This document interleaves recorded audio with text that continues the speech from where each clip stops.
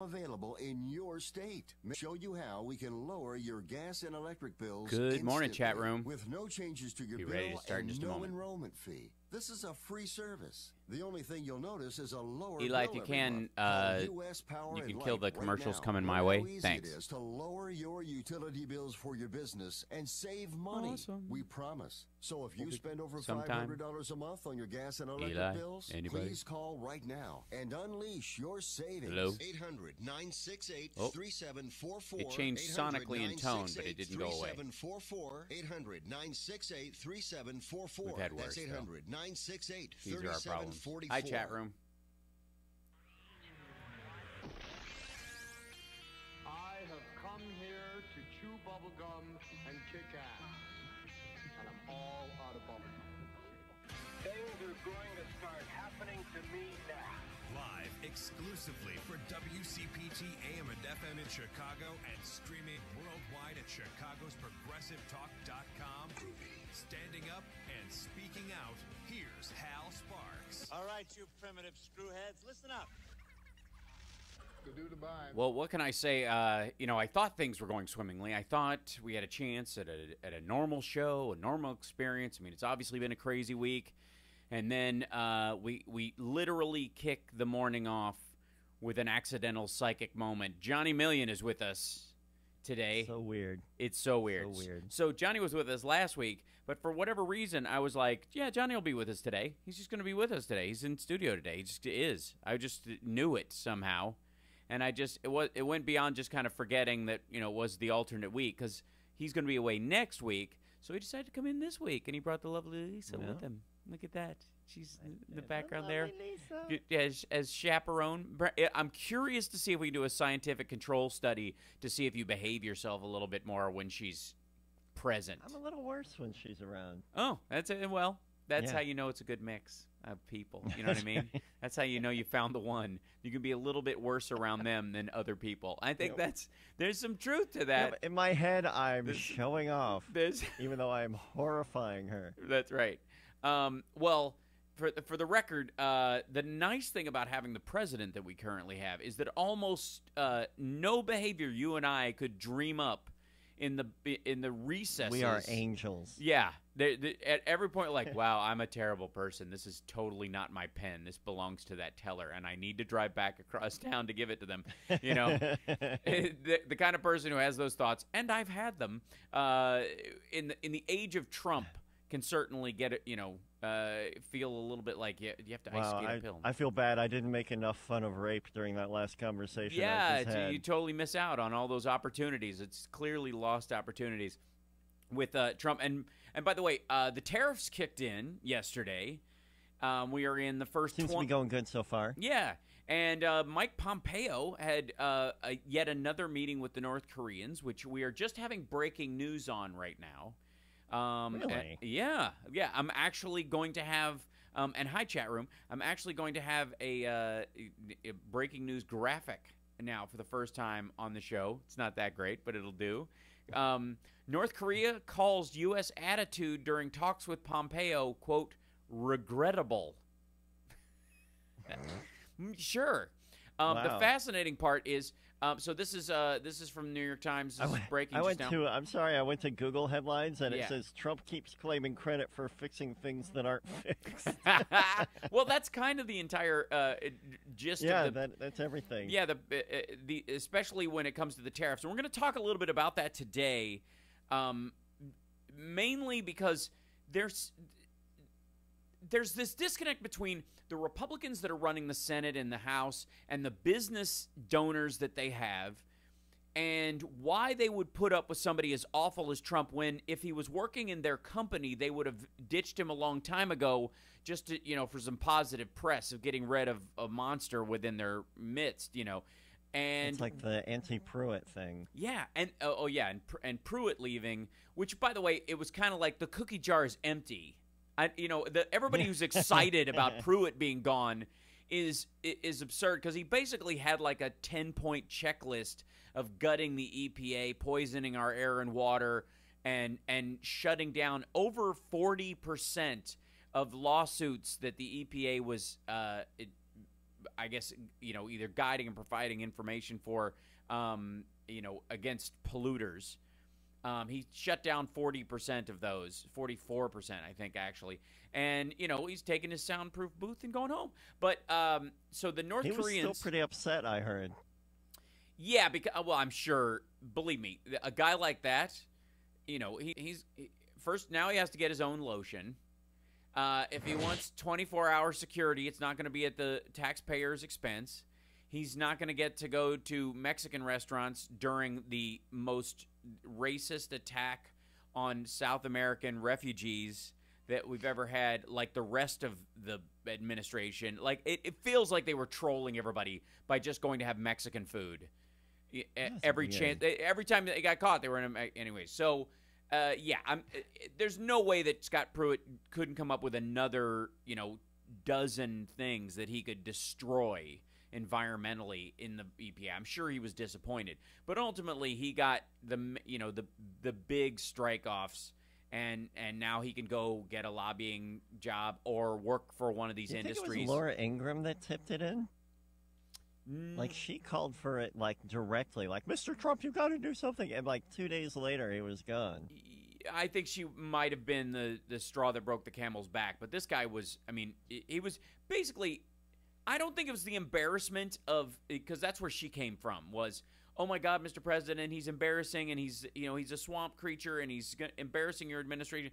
I don't think it's that at all. I think he was just getting more attention than Trump for too long. And Trump kicked him to the curb for stealing spotlight, because I don't think he minds any of the stuff. As a matter of fact, if I didn't know better, I would think Trump has a meeting and insists on it. You know what I mean? Like, he's meeting with his Supreme Court picks, which we will find out on Monday who his Supreme Court picks are. And I'm going to go out on a limb and say that the kind of questions he's asking them aren't, hey, are you going to overturn Roe v. Wade, wink, wink, nod, nod. It's more like questions like, if they offer free mints at a restaurant, do you take 2 or a fistful? And if they say fistful, they get moved to the short list. Do you think that he asked around if Carol O'Connor was still alive? Right, to see to get, like, Archie Bunker? I don't understand. I'd like to get Archie Bunker in there, but I understand that... I just saw him on the TV. The guy who played him is a liberal. He's one of these Reiner types, that they were actually all on the same team, that it was just a character. I was very disappointed. Anyways, North Korea is saying that this is fresh off the presses right now. North Korea has accused the Trump administration on Saturday of pushing a, quote, unilateral and gangster-like demand for denuclearization, and called it, quote, yeah, you know me, deeply regrettable, hours after Secretary of State Mike Pompeo said his 2 days of talks in North Korean capital were productive. Well, from Pompeo's standpoint, clearly, nothing was lost in translation. Pompeo can go, are they understanding me right now? Are they getting what I'm saying? Yes, sir. They are saying that you are acting gangster-like, and your demand for denuclearization is unilateral and deeply regrettable. Oh, good. So they do understand. Okay, great. Western civilization. Yes, right. Despite North Korea's criticism, its foreign ministry said that North's leader Kim Jong-un is still wanted to build, quote, on the friendly and relationship and trust forged with President Trump during their summit meeting in Singapore. The ministry also said that Mr. Kim had a personal handwritten note that he gave to Mr. Trump, which was handed to Mr. Pompeo to deliver. This notes in class thing. Do you like me? Check this box. That's right. Yeah, it's straight up cootie catcher. At one point, like, that will be the summit between him and Putin. It's like, isn't that what the Access Hollywood tapes were about? Pick a number, 1, 2, 3, 4. Pick a color, purple. PURPLE. I have a crush on you. Oh, I knew it. Wait a minute. It says that under all of them. I just want you to know. You lift up these flaps. I unfolded this. It's apparently not mystical at all. It's a sheet of loose leaf paper. Folded But what happens with it is magic. Mr. Pompeo and his entourage offered no immediate evidence after talks ended that they had come away with anything tangible to show that the reclusive country was willing to surrender its nuclear and missile weapons programs. He did not meet with the North Korean leader, but held talks with Kim Jong-chol, a senior North Korean official who has been negotiating with Americans for decades. Yeah, as you do. And where's the? Let's see. Let's see. These are complicated issues, Mr. Pompeo said, but we made progress on almost all of the central issues. However, the North Korean Foreign Ministry's assessment was decidedly less upbeat. The attitude and demands from the U.S. side during the high-level talks were nothing short of deeply regrettable. Asked if he had gotten any of, the removal of weapon sites and those kind of deconstruction efforts, Mr. Pompeo declined to divulge details. See, I don't know that you can say that because you have to have details to divulge, right? You can't. But did he really give Kim Jong-un a Rocket Man CD? Yes, he did. He gave him a. And here's the question I have: was it the album that had Rocket Man on it, or was it like they ripped? Did he just like burn one? Yeah, they just the one song on repeat. Yeah. Or like written in Sharpie. 10 different covers of it. This is the Three Doors Down version. They whipped it out at the White House. Instead of doing my weekly address, we just did a live Rocket Man. They were going to do that. So Trump said his summit with Mr. Yeah. Privately, Mr. Pompeo said that he doubts Mr. Kim will ever give up his nuclear weapons, and those doubts have been reinforced in recent days by intelligence showing that North Korea, far from dismantling its weapons facilities, has been expanding them and taking steps to conceal the effort from the United States. Not very good steps, but whatever. Mr. Trump has said his summit with Mr. Kim was a success, and he declared that the North no longer a nuclear threat. I tweeted it, so it must be true. We got to take a break. When we come back, we'll move from the week that was. We had 8 Republicans went and met with the Russians before Trump's lone wolf summit with Putin that's coming up, and then news and then just the tariffs. To pre-pee the beds. What were they doing? Yeah, that was what they. Can you? It's kind of like I don't mind. Can you wash the sheets? Because last time, sorry, maybe that was. I think I still have my key card. I wouldn't rule out that was actually. It wasn't prostitutes that did that. He did it. And he made up a story to make himself sound better. No, I didn't wet the bed. I hired some women to do it. I was Niagara totally Falls. punk about it. We'll be back. It's the Hal Sparks radio program, Mega Worldwide. Now with 100% more Johnny Million. Woohoo! All right. Hi, chat room. Go tell someone. Out Chicago. You have Jeff Sessions, who's like quoting the So, Bible hi, chat room. to say that this is because Eli, can you kill the commercials coming my way, please? That's what Jesus Thank you. would do. How dare Or make them louder, I guess. How dare he select Bible verses to justify No. separating kids from their parents? I'm pretty sure there's a whole bring bunch this of down. other parts of the Bible. Till they go away. Hi. Hey, Julie, welcome back. How you doing? Catch Out Chicago every Sunday, 11 to 1 on WCPT 820. Yeah, the stream health is good on my side. It's very pixely on that side. I don't know quite what the dealy bobber is because it's full steam ahead as far as that. So it might be the YouTube transponder, as it say. Yeah. Make sure your tires have plenty of tread. Is there what's the cause of the Dan Ryan shutdown? Do we know? Oil change and have your belts, hoses, and air filters checked. Consider having your AC checked. I don't know about your family, but mine is definitely happier with a cool ride. Gas prices are creeping up again, and we have a lot full of hybrids and fuel-efficient choices. Whatever your destination, that's an excellent point. Wow, thank you, Hal Vickery, and thank you, Charles, so much. I just saw that because I was scrolling back through to look at what you guys were saying. Oh, bless you. That's amazing. That's mcc4.com.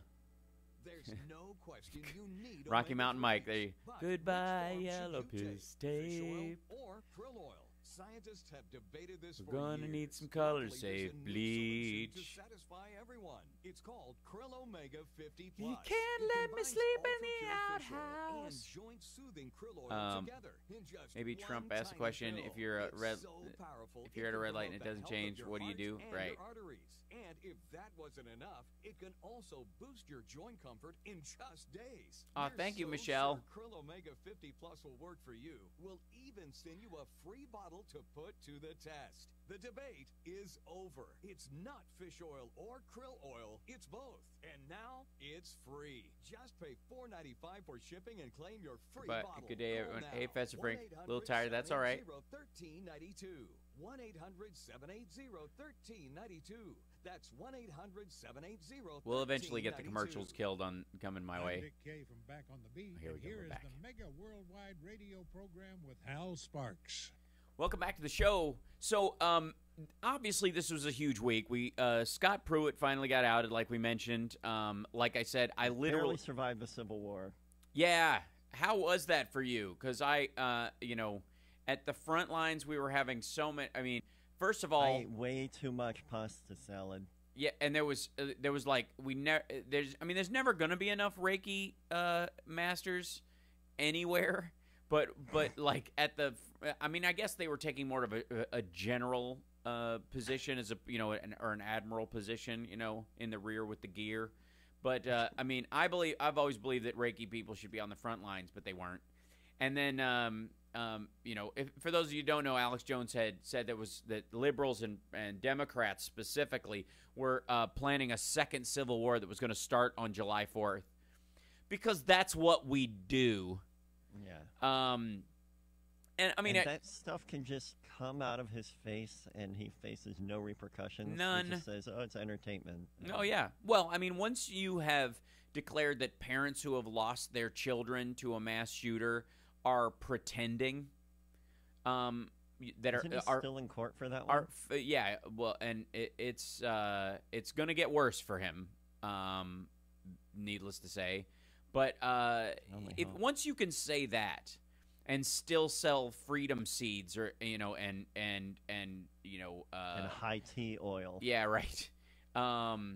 Which works great if you have bird poop on your windshield. I find that that's what it's for, really, is that it just has secondary uses. It's kind of like Diet Coke, you know what I mean? You can dissolve a monkey wrench in it or something, whatever that is. I'm so glad you said wrench. Right. You can dissolve a monkey in Diet Coke. It's a worst urban myth That ever. it's terrible, and it's hard on the ape population. Okay, so did you see, by the way, that we had 7 senators and 1 Republican congressperson decided to spend the 4th of July in whoops! Oh, the output destination. Oh well. Oh, I see. Call it Russia. Yeah, decided to spend the time talking to the Russians.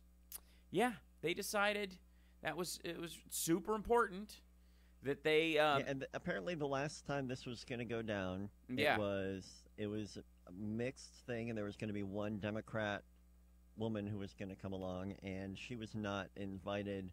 Right. To part of the trip, and when that was the deal, all the Republicans said, "Well, if she's not invited, if you're not going to let her go, trip, then we're not going." Yep. And by gosh, different story. Yeah, now it's a completely different animal. Where at this point, you had and the post story on it is the most fascinating part for me. Is that the as with a lot of these Russian meetings, we find out more from the Russians than we do from the U.S. press. Now, in the case of this particular trip, the Republicans that went over not only did not bring a single Democrat with them, because to semi-quote Lawrence Fishburne in Deep Cover, do Macy's tell Gimbals, MF? There's no reason. Wow. Yeah. Yeah. That's a reference worth having. That's a great movie. Holy moly. Yeah, and for those of you that have seen Straight Outta Compton, that was the soundtrack that they were working on when they got their big movie deal, was the movie Deep Cover. But that being said, the idea was that why would they bring a Democrat along to listen in on their pathetic attempt to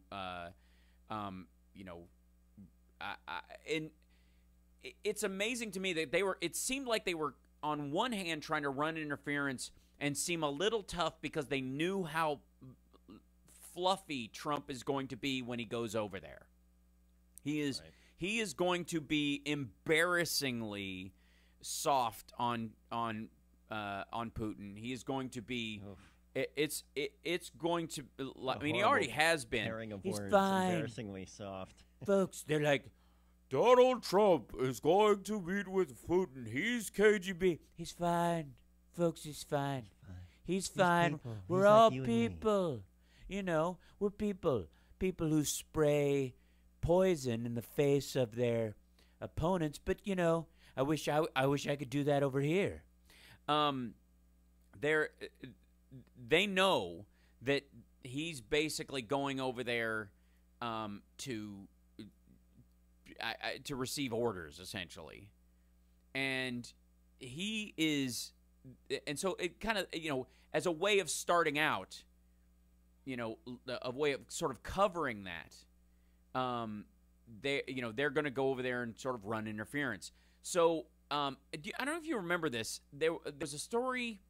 It was, I want to say, April of last year, when we kicked out the Russians. Remember, we kicked out about 60 Russians, and Trump said we're not leading on this number. He said we'll match Europe's number.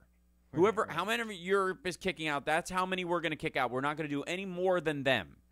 And then he found out that we kicked out the same number of people that the European Union kicked out.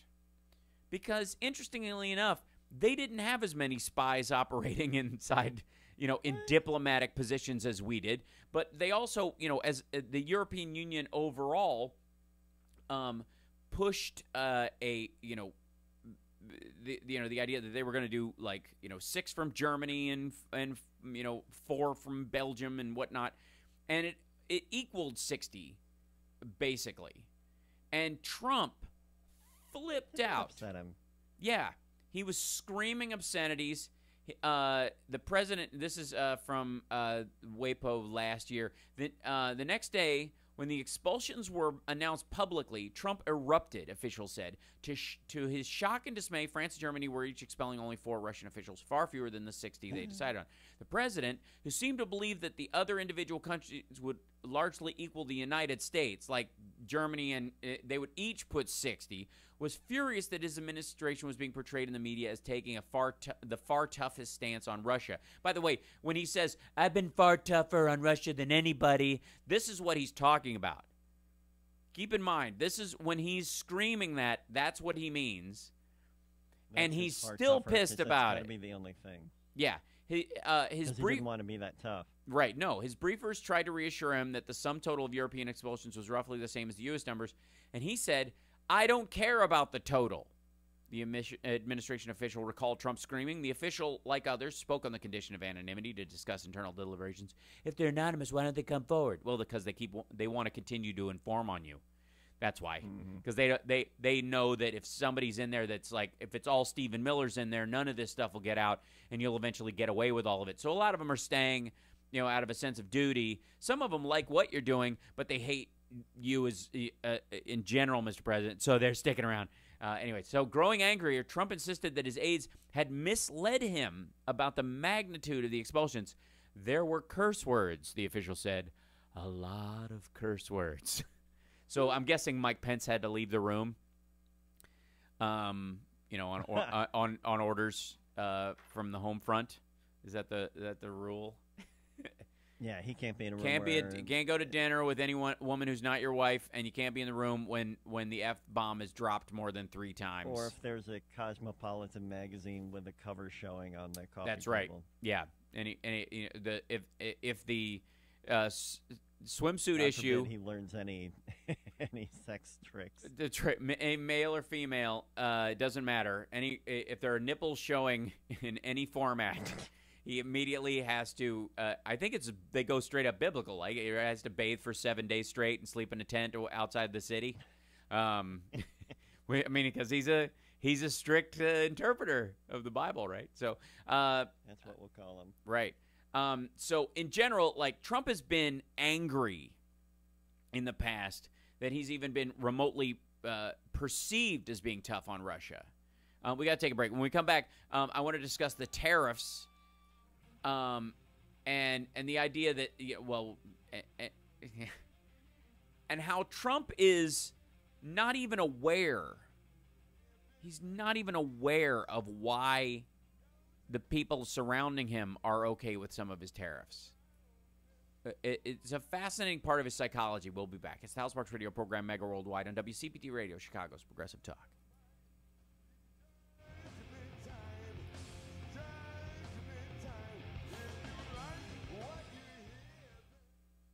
Yeah, there's the Hal Sparks Radio program. Sanctions only work if we have the ability to sanction other countries' companies who do business with it. In the case of China, we simply do not. So all we're doing to our European partners is ceding all that business that can be done, all that money that can be made, all those business connections to China. The Hal Sparks Radio program, yeah, Saturdays from 11 a.m. to 1 p.m. I don't know why that's the clip, but yeah, that's true. Chicago's Progressive Eli, Talk. can you kill commercials coming my way, please? This is Luke Ira from GWC. Recently, the United States Supreme Court issued the Janus ruling that strikes at the very heart of the struggle of organized labor to protect workers' rights and cast aside 41 years of settled law. Now, approximately 10% of non-union member service workers who pay fair share fees won't have those fees deducted going forward, and others might be tempted to drop their union membership to avoid paying member dues that benefit every service worker in Illinois. Nothing in this state takes place in a vacuum. This is simply a legislative attempt to scale back unions, then it'll be workers' compensation, and then it will be arbitrary caps on the total amount of compensation a worker or their family can receive when they're injured or killed on or off the job. This destructive decision should be a rally cry to every working family in Illinois. Protect working people through vigorous union advocacy, or brace for the impact of what will come when the rights of Illinois workers are stripped of all political and economic power. GWC stands in solidarity with the men and women in labor. Join us. Looking to secure financing on a new home? Then you need to call Team Hochberg. Mitch contacted the nation's largest online lender, obsessed with their rocket for a VA mortgage, but was overwhelmed by their ridiculously high closing costs. So we called Team Hochberg, which was in the first place. Team Hochberg secured Mitch a lower rate with substantially lower closing costs. Who looks like they forgot the sunscreen? The largest online lender who finances the millions of Sounds good looking at today, brother. Thanks. Can't stop lying. Good to see you. Or you can call a trusted local lender, Team Hochberg, at 312-751-1333, who values the sacrifices you made for our country and has substantially lower closing costs and interest rates, because guess what? We don't have a rocket. Team Hochberg has helped thousands of WCPT listeners, but we can't help if you don't call 312-751-1333. Oh, my neck. I think it's, no, I just scratched my neck. It's just, I didn't get a sunburn. It's just this camera's very pink. I don't quite know why. Did you know that life insurance rates are near record lows? If you own It's life fine. I just, thinking of buying any, why spend more than you have to? It's just a super pink camera. I don't know what to do. Millions of people just like What you gonna do? Save a fortune on their life insurance. Here's how they do it. They monitor the products See? offered by dozens of In this camera, I don't know. I look like I have motorcycle helmet line, but for example, a healthy 40-year-old thanks for caring. I'm okay. Promise. for less than $20 a month. 20 and 30-year rates are also available. And don't forget to ask them about the new term life plans that guarantee your money back even if you outlive your policy. Take 5 minutes and call AccuQuote for your free quote. Call 1-800-489-0424. Find out how much you can save on your life insurance. Call AccuQuote today at 1-800-489-0424. That's 1-800-489-0424. Rates, policy forms, and availability vary by state. All right, we're coming back. Now let's get back with Hal Sparks' radio program, Mega Worldwide. Welcome back to the show. So that was Lady B. Yeah, Lady B is out this week. and I talked about it on Twitter. For those of you who don't know, Lady B, our beloved Lady B, has a fill-in this week. Eli is filling in. Thank you, Eli, for coming in and helping us this weekend. Lady B had a mini stroke on Tuesday, and so she's recovering. We're forcing her to recover. She's actually doing pretty good. She wants to work so badly, but she really needs to rest. So she's. And apparently, it only went up to her knees. It was very short. The rest or the mini stroke? The mini stroke. Yeah. And I will call him mini stroke. But she's in all seriousness, she's feeling a lot better. But we gotta talk to her about her hydration and her cholesterol and all kinds of stuff. Bless her heart. And the amount of stress she's under, because that's also a big part of it. So. But anyways, she did go running out of here last week saying my son's in the emergency room. Yes, she has. So it's one thing after another. It is. She's got a very, she has a very stressful family experience. It seems quite regularly too. So bless her heart. She's not with us this week. Hopefully she'll be back with us next week.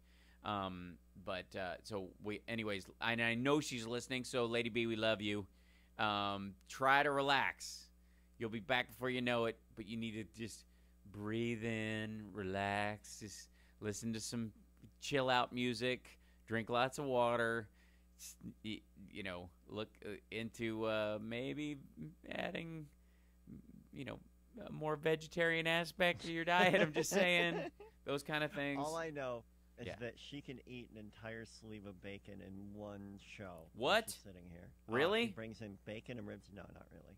Oh, okay. For God's sake. I was like, because I'm not there, so I don't know what, she brings in. It smells delicious in here. I thought she was just trying to cover up my farts, but I think she likes bacon. Really? I don't know that would help, but okay. There's a reason why there's not bacon-flavored toothpaste, or there probably is at this point. Politics. Probably, yeah, hard-hitting news. Yeah, that's right. So the tariffs started last night, and by the way, we're gonna try to go to Antonio. The Dan Ryan is shut down right now by It's funny. I hesitate to call them anti-gun advocates, but they're basically, making a stand against, responsible gun law. Yeah, and so I would call them, I don't know, pro-life, but that's already taken. But I think more indicative of what they actually care about while they're out there. So we'll Antonio is out there. We'll go to him and probably in the next break. One-line flash. I thought. All right, he will. He's okay. There he is. Do we have him? Can we call? Is he calling in? He is? Yeah, let's go to him then. Yeah, let's bring him on. He may not be able to hear me. You might have to lead this, Johnny. So, Antonio, I can't hear you. Hold on. It sounds like applause and Hold on. Cop whistles. Antonio, we have thrown you on the air. Yeah, you are on the air, my brother. Oh, hey, Hal, what's going on, man? Good. I'm out here at the 79th, and Dan Ryan, as protesters have negotiated with state police to walk out onto the Dan Ryan and shut it down completely. There was controversy in the beginning because there was the authorities were saying that they had negotiated a partial shutdown of the Dan Ryan, and Father Flagger was saying that was not the case, that they had not negotiated anything. And when they walked out onto the Dan Ryan here at 79th and the Dan Ryan, they stopped and negotiated with the heads of the state police, Illinois State Police, and Chicago PD to completely shut down the Dan Ryan and allow the marchers to march on the Dan Ryan. Mm-hmm. Is there obviously they're there to talk about gun violence. They're there to talk about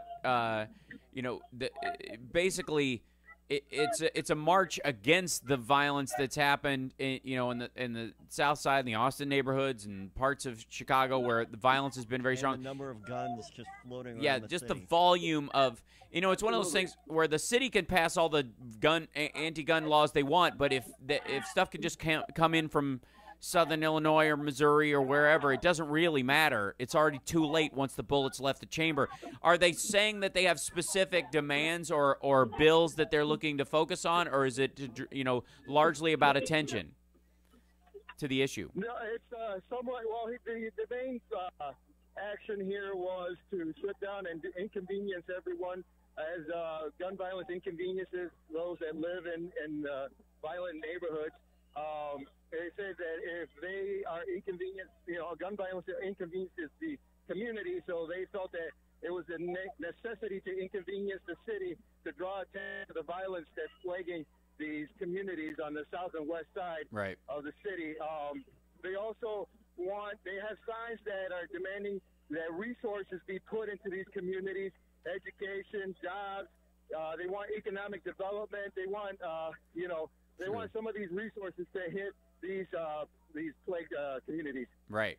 Yeah, and that's, Black Lives Matter shut down the Dan Ryan. I want to say it was the Dan Ryan. Not too long ago. Maybe it's just been 2 years now. It seems like it. Yeah, July 2016.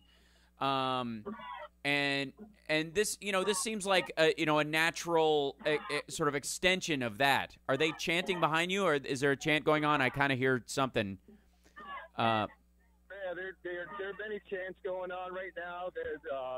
They were getting restless there for a minute because they were in negotiations to shut down the Dan Ryan completely. They had originally only shut down one lane of the Dan Ryan to allow marchers to march in that one lane, but they wanted a complete shutdown of the Dan Ryan, and so they were, chanting to shut it down, and they want justice. That's what they're chanting now.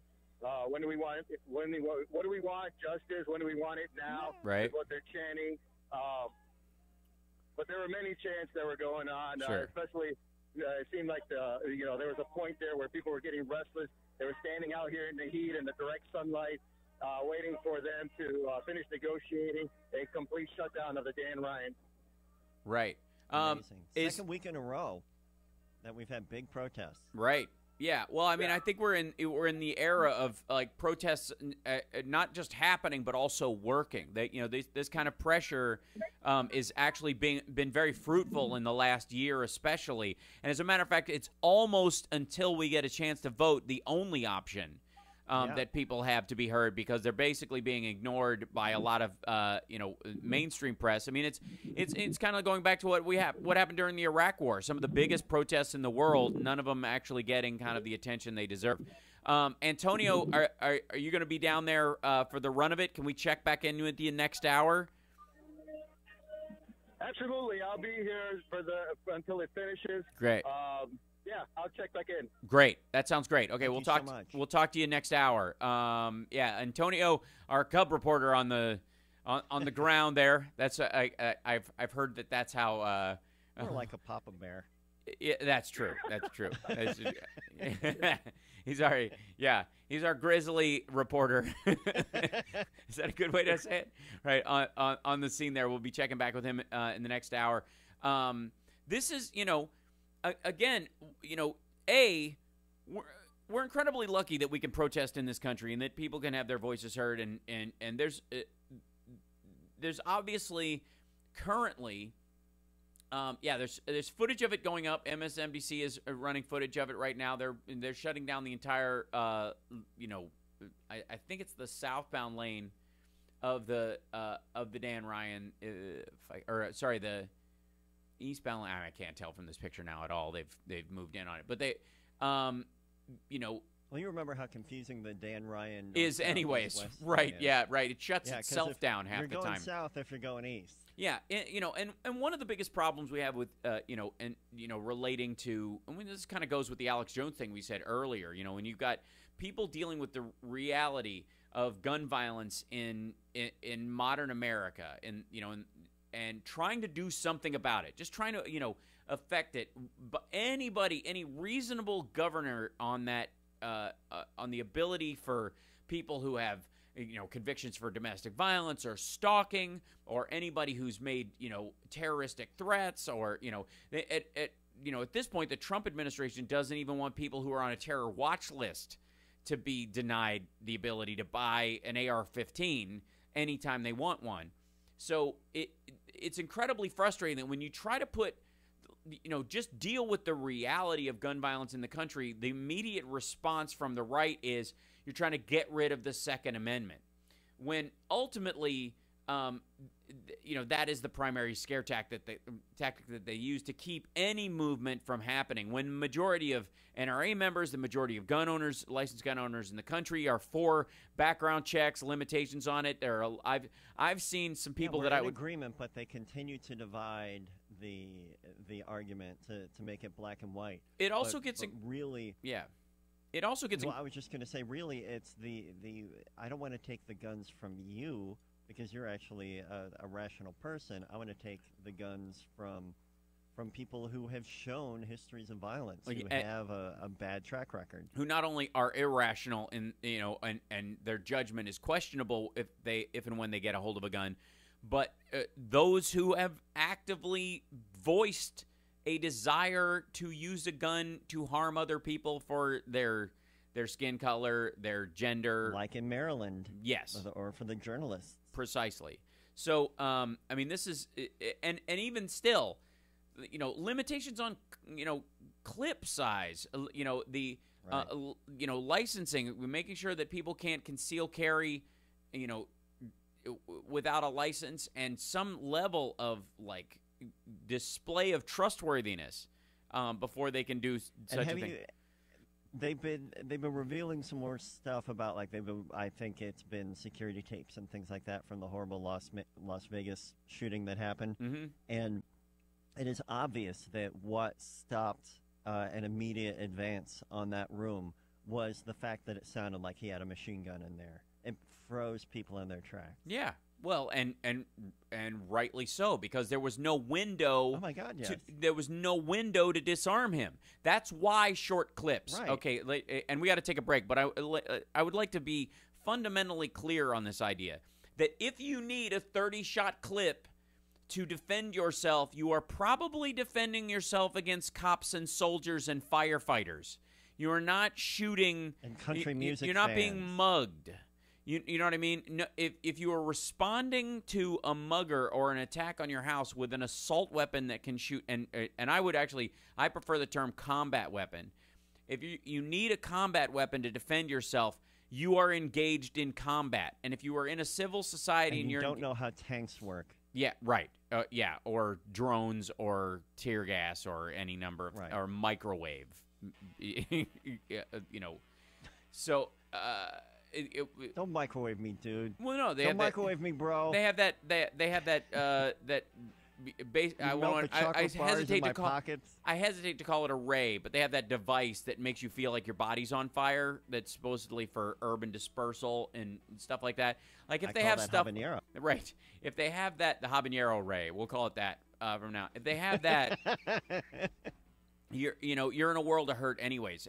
The reality is that most of these people who want these kind of clips intend on rising up against the government or firing, at law enforcement at some point. They follow the G. Gordon Liddy idea of jackbooted thugs to refer to FBI, ATF, and the like. We got to take a break. When we come back, I want to talk about these tariffs and why the business community is sort of supporting Trump, even though he's super slapdash in his application of these kind of things. There's a reason behind that. We'll be back. It's Hal Sparks Radio Program, Mega Worldwide on WCPT Radio, Chicago's Progressive Talk. Follow Johnny Million at JMillion on Twitter and at Hal Sparks.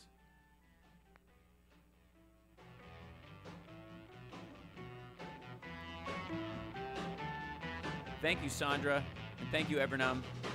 I'm Walton Gaddy. On the next Day to Believe Radio, you'll hear some highlights from past shows that are well worth hearing once again. Norman Lear. If someone on this day was going to look at the Declaration of Independence, what line in that document would you have them go to first? Guaranteeing the right to life, liberty, and the pursuit of happiness.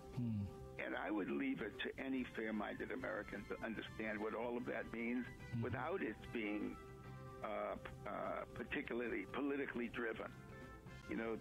That is truly a moral sense we all share. everyone's right to life, liberty, and the pursuit of happiness. Be sure to visit us at stateofbelief.com and be sure to tune in for Religion and Radio Done Differently. Sunday afternoon at 3 on WCPT 820, Chicago's Progressive Talk. You're never going to get as much sleep as you want. That's why you need to make every hour of sleep you do get really count. Hi, I'm Scott Tannen, founder of Boll & Branch. Our sheets are handcrafted from pure, fair trade, 100% organic cotton. Hundreds of thousands of Americans, including 3 U.S. presidents, sleep better than ever on Boll & Branch sheets. If you order today, we'll give you $50 off your first set of sheets with promo code RELAX. Okay. Spelled BOLL and branch.com. Promo code RELAX. Guaranteed life insurance. What if there was such a thing? And what if coverage was guaranteed with no medical exam? And what if this guaranteed life insurance had rates that would never increase and benefits that would never decrease? And what if we could qualify even with health issues such as diabetes? And what if this guaranteed life insurance could never be canceled unless we didn't pay our premium, of course? Well, there is such a thing. Although you may not qualify for every policy, it's guaranteed life insurance for U.S. citizens between 50 and 80. I'm a paid spokesperson and not an insurance specialist, and coverage isn't guaranteed in all states, so call now and talk with a licensed insurance company. Guaranteed life insurance with no medical exam. Isn't that something? Some policies could have changes, limitations, exclusions, and terms, so call now for details. 1-800-238-2037. That's 1-800. Yeah, I'm going to talk about Ed Schultz at the top of the next hour, you guys. 238-2037.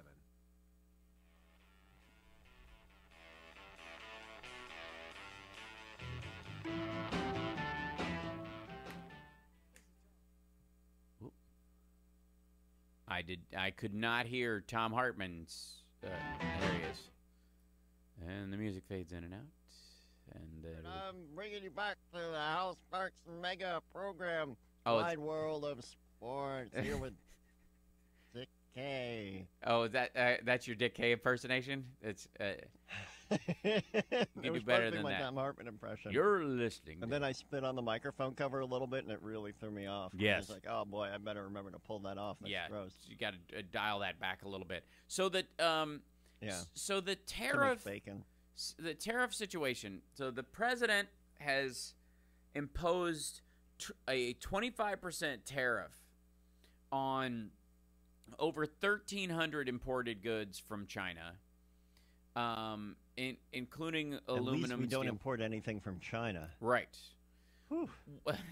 Dodged a bullet. Well, interestingly enough, there are some companies. And there was an interesting article I think Salon ran about how much actually China as a country gets for each iPhone that's built there. Of the money that comes from all the the different suppliers that are involved in that make the actual component stuff, because a lot of what goes into an iPhone. Portions of it are physically constructed here, which I don't think a lot of people know. The larger portion of it, actually, I think like $66 worth of components in the $280 manufacturing cost of an iPhone. The pieces come from the United States. Then there's It costs $280 to make an iPhone? That's amazing. Japan's, it's quite expensive. Yeah, that's why they're technically $600, and plus, because the development and that's the material cost. That's not development and all the other costs of doing it. They still definitely make a huge profit on them, but it's not like they, I think the idea is that they cost $100 to make and they sell them for $6 is the theory, or $8. And it's not quite that. It's basically they got a 50% markup on them. But like, $67 comes from United States components. $66 or $65 comes from Japan. South Korea is like $30. Like all these different pieces that are made, chips, sensors, screens, all that kind of stuff. And then they're assembled in China, essentially. A lot of the stuff ships into China. From nearby countries, Vietnam, Cambodia, other countries, and Japan, like I said, South Korea, United States, and then they're built there and then those constructed pieces, are then sold to the market as a completed phone. And so when we think of made in China, it being the phrase, a lot of what that is assembled in China. Now, the Chinese government has basically an organization within it that is effectively designed for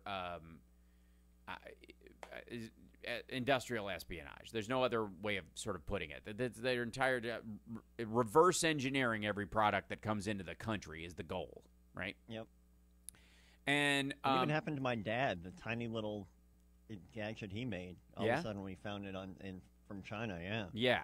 So, and especially when you assemble it over there, the deals that you have to make to use the factories over there for the cost of what for how cheap it is, the price you kind of pay, what it's effectively the tax that you pay internally in the country is understanding that your intellectual property is going to get ripped off and remade in some version or another.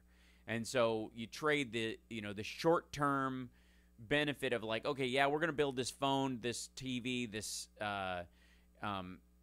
camera, whatever. We'll assemble it there. We know they're going to rip it off, but we're hoping that we'll be ahead of our own design by a couple of years, and they won't have that one. So they'll steal ours, but they'll be 2 years behind. And that's effectively where a lot of Chinese designs are currently, is that they are a couple of years behind everybody else. It is effectively why Russia doesn't make anything, because they don't have a similar circumstance. Is all they would from a pipeline standpoint. That's what they're trying to do, but they don't make anything the way China does. And so their only exports like Borat, right? That's right. But he's from Kazakhstan, so he's even borrowed, But there aren't really. I mean, it's oil and gas essentially. No one in the EU or the United States or Canada or even North Africa or anywhere is clamoring for a Russian washing machine or a Russian laptop. And there's some software that's come out of there that we've learned not to use in the last couple of years, and some cameras that use security devices that that Russia dumped a lot of like secondary support into those industries so that they're cheaper than other stuff. Because one of the things you can do when you subsidize through your government is that you can lower the price on it, and so people will buy them because they're a lot cheaper and they're of a decent quality, but they're not cheaper because the company is spending less on them. It's that the government of that country, in the case of Russia especially, is paying a little extra to lower the price, basically subsidizing it so that they can plant technology in the form of either sensors or software or hardware chips in that will track the user's movements, that will that can be allowed to be used as spyware later and the like. But the Trump administration, if you listen to how Trump is talking about this stuff, he comes at it from he has a one-track mind. He talks about it the way he talks about NATO. He talks about our relationship with China the way he talks about NATO, which is they're taking ours and we need to get ours because this is our money and they're using it, and we're getting less money than they're getting. It sounds like a real estate deal to him, and that's how he applies it. I mean, they don't pay their bills. That's right. It's the only way. We don't get enough back on it's a return on investment on this in the short term. We don't understand. There's no such thing as a 20-year deal or a 50-year deal or a 70-year deal in the case of NATO with him. It's just we got to make cash on this right away or it's not worthwhile. This is how he looks at buildings. And ultimately, and we're going to have to talk about this after the break, and we'll take some calls too. 773-763-9278 is our number. But this is his reasoning is not the reasoning that the Republicans in the Senate support these tariffs on a lower level. They're very quiet about them in some ways. There's some that are pushing back, but that's because their district sells soybeans. The rest of them, or steel. The rest of them have a totally different motivation for supporting these tariffs and this particular war. And it's much more akin to, the issues that they've had with China all along. And we'll talk about that when we come back. It's the House Sparks Radio program, Mega Worldwide on WCPT Radio, Chicago's Progressive Talk. Also, Giuliani has new demands for Mueller. We'll talk about that in the next hour. Ooh. Mm-hmm. Not going to get him, but whatever. I feel like I'm on Austin Powers. Bill Press. When you get to work, don't stream us live at WCPT820.com. So, hi, chat room. There you go. How are you? I'm going to pull up the chat. There you go.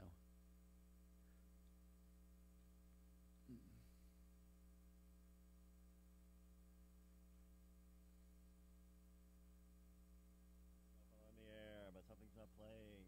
I'm going to keep ripping. I can hear you. I hear you. You know how it is. We should be in break, technically speaking. Play when you want it to. Then when you're looking at it, stops playing. I can hear you, Johnny Million. Ooh. Can you hear me? It smells like bacon. I think that's what I've been smelling. Yeah, you're definitely. If I can hear you, you're definitely going out over the air. What are you trying to play, Eli? What you looking for? Another awesome commercial? I don't hear the commercials now. You can tell Eli that I don't think. No. Johnny can't hear me, but that's right. No, Hey, Miss Julie Carroll, how are you? I can hear you. You can hear me? Yeah. Oh. Might be on the air again. Look at that. Yeah, I think there was some dead air there. Sorry about that. Yeah, Eli doesn't even sweat when he makes a big mistake. I would be sweating like a pig right now, and he looks cool as a cucumber. Well, that's awesome. So we're not doing a break then? We're just going straight through the top of the hour? We're not doing our commercial break? Let's go through it. Okay, great. Who needs news? Yeah, right.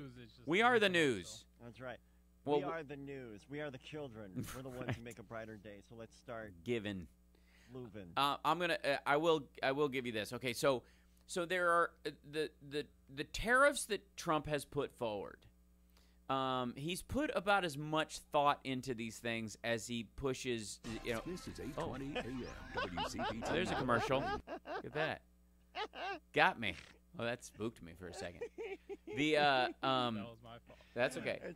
It's like letting go of a balloon that you've been holding on to the whole time. Right. But you can't get it tied. Then just. You're right. So, we're still talking about the break, not your bacon smell, right? Not my colon. No, right. Okay. So, we were talking about before our semi break, our fantasy break that we had was that the White House. That Trump has this thing that he does. He deals he has transactional relationships, and he understands, I think, sort of our international relations even on a transactional level. He views Putin very much in this way. And again, I have come to the determination, and I'm curious if people feel the same way, that Trump it may be. And it probably is that Putin has compromise on Trump. But I think he also knows that there are benefits. Oh, that's me. Oh, now I'm getting an echo. No, it's gone. Okay. So there are benefits to supporting Putin that go beyond any damage that might be done to him. That financially it will benefit him. To long term, because Trump is a fake billionaire. He's not really a billionaire. He's a multimillionaire, and he's the modernization of the Steve Martin book, How I Turned $1 Million in Real Estate into $12 in Cash. The idea that Trump himself, if he had just invested the money his father gave him in the stock market, would be worth double what he even says he's worth, which we also know is an inflated and fake number. But there is no reason to believe that just in giving Vladimir Putin Crimea, just if all that mattered, if all that happened for Putin long term was that the U.S. backed off his annexation of Crimea over the course of Trump's presidency, if that's all that happened, it would be worth it to Putin, who again is rumored to be the richest person in the world at $200 billion. If just getting Crimea back, just having it over 10 years would be worth $10 billion to anybody who could help him make that happen. Trump himself could make himself $10 billion just by delivering Crimea to Putin. Just that act alone, not to mention, dissipating, our relationships with, our European allies and Canada, undermining NATO. I mean, that's, priceless. But just the act of that would get him billions of dollars. And he knows this. And at a certain point, Trump comes from the cash out crowd anyways. He's viewed this in many ways. We were always suspicious of Mitt Romney kind of having a hostile takeover attitude towards the U.S. government with his corporations are people too, my friend, attitude, and his Bain Capital movements that have affected liberal radio across this country and, turned the liberal station that was on here in Los Angeles into The Patriot. And even though it loses money every single day, Bain Capital has seen that as a more useful, almost as a PR expenditure. Killing liberal stations works for them as a PR expense, and they can write off the company loss. So Trump himself, in his transactional relationships with everyone in his life, I suppose, has looked at this relationship with Vladimir Putin as many people think it's based on blackmail and compromise. It very well may be, and I don't doubt that he's done some gnarly stuff over the years that could get him in, could ruin his business and all that kind of stuff. But even more so than that, the kind of fervent excitement by which he, when he gets mad, I feel like it's compromise. When he gets excited about helping Putin and being nice to him, it seems like this just looks like greed. And in the case of Vladimir Putin and Donald Trump, and if you extrapolate that relationship outward, it's not surprising that if the way Trump looks at our relationship with China is sort of similar in this, we give them this amount of money, they get this amount of money back. That's not fair. We need to even that out or even tip it in our favor. Not understanding that the material cost of the stuff that we're buying in this country raises the quality of life for everybody in this country so much. It's one of the reasons why you outsource your lower-end production jobs, and the United States' economy has moved towards from a world standpoint, first world level, a more managerial approach to how it makes money, investment and the like. Now, you need a manufacturing base. I'm not diminishing that at all. But what I'm saying is we are not the same United States economy that was, when the south side of Chicago was pig farms, and slaughterhouses. We industrialized nations move into a managerial and financial base over time as a point of balance. Doesn't eliminate it entirely, but one of the reasons why we assemble a lot of these things in other countries is, quite frankly, because we also leave behind the environmental cost of building, flat screens and phones and all the, mercury and lead and all that kind of stuff that, that was a big problem during the beginning of the Industrial Revolution in the United States. So, there's a benefit lifestyle-wise to that deficit that we have with them as far as a trade deficit. Trump seems to he has a one-track mind when it comes to these kind of interactions in life. The rest of the Republicans and a lot of the, over time, like the big corporate interests, one of the things that they're mad about is that China has started this Made in China 2025 program. And by the way, this is in the filing, the executive order that the president has put forward to start these tariffs. This wording is in there, but not in the memorandum from the president. So the referential memorandum from the president is really just about putting these tariffs on stuff. So much so that if you read the memorandum, it's versus what was actually implemented as far as the tariff language that they're putting forward, and both of them are pretty slapdash. Trump tends to, and his ilk tend to craft legislation with crayons and hammers. They're not. It's not a finely sharpened pencil that they're writing these things down with by any stretch of the imagination, but there's definitely stages between the people who implement and Trump himself. In his memorandum, he's just saying 25% tariff on this list of products they put forward. A list he did not compile himself, but probably chatted with and, nodded with his arms crossed. Now, the 25% duty that goes on this is said ad valorem. The product would be subject to, essentially, he's adding that 25% on top of it. So if there's already a 10% tariff on something, it's now a 35% tariff. It's not that he put a 25% tariff and whatever there was one that was 15, now it's at 25. No, it's 25 on top of whatever tariff existed, which is just the kind of, sort of random hiking up of a number that sounds like a PR stunt as opposed to an actual thought-out policy. That being said, okay, so this is how it's written in the actual paperwork, okay?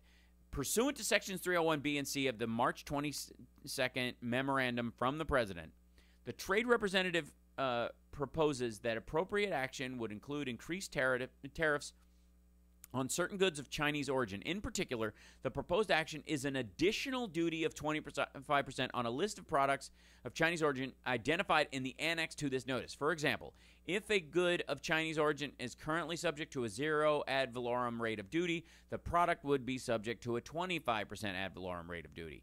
If a good of Chinese origin were currently subject to a 10% ad valorem rate of duty, the product would be subject to a 35% ad valorem rate of duty, and so on.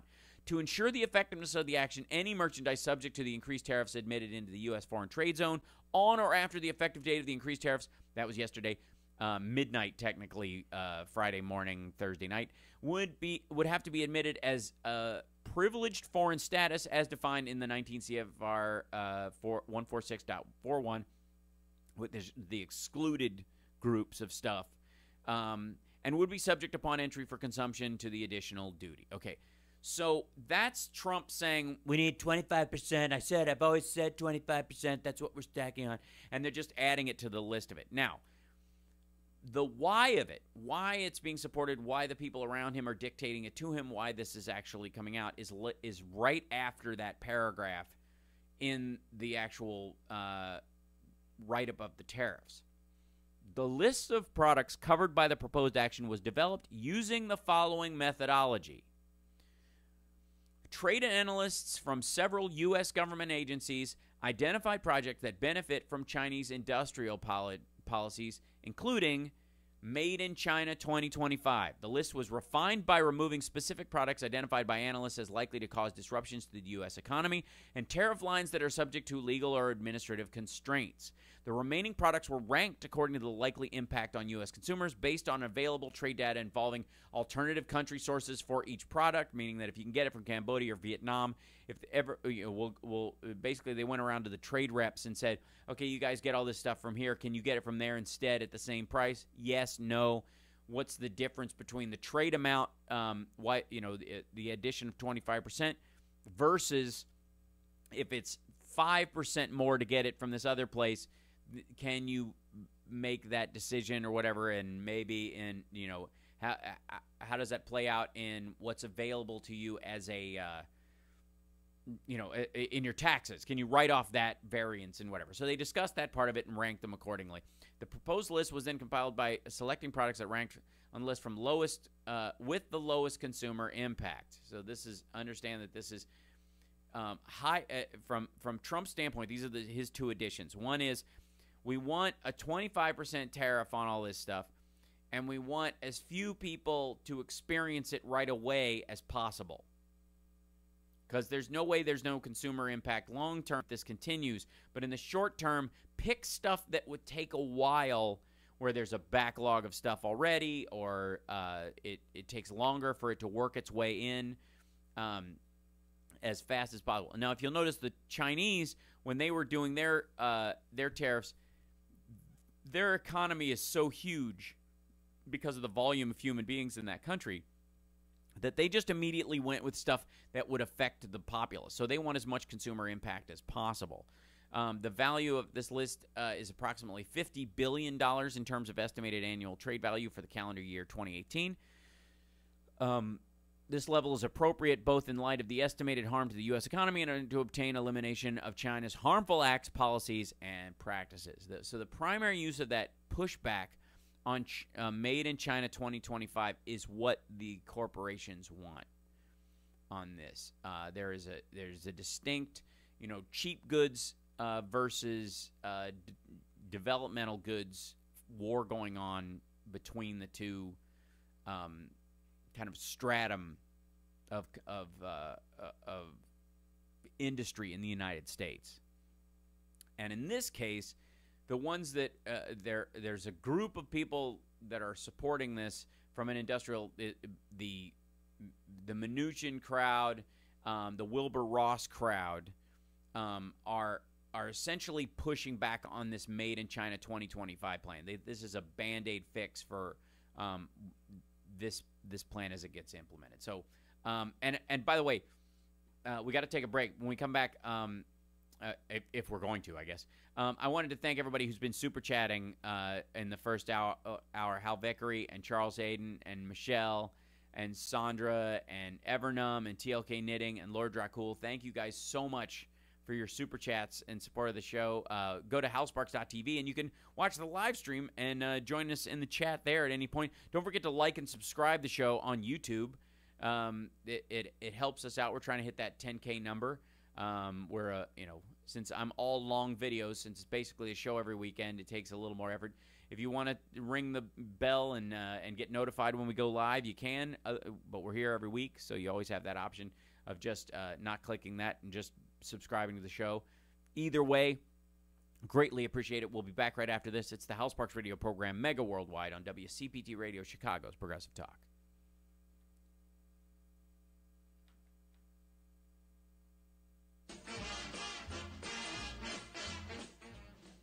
This is 8:20 a.m. WCPT Willow Springs. Johnny, can you hear me?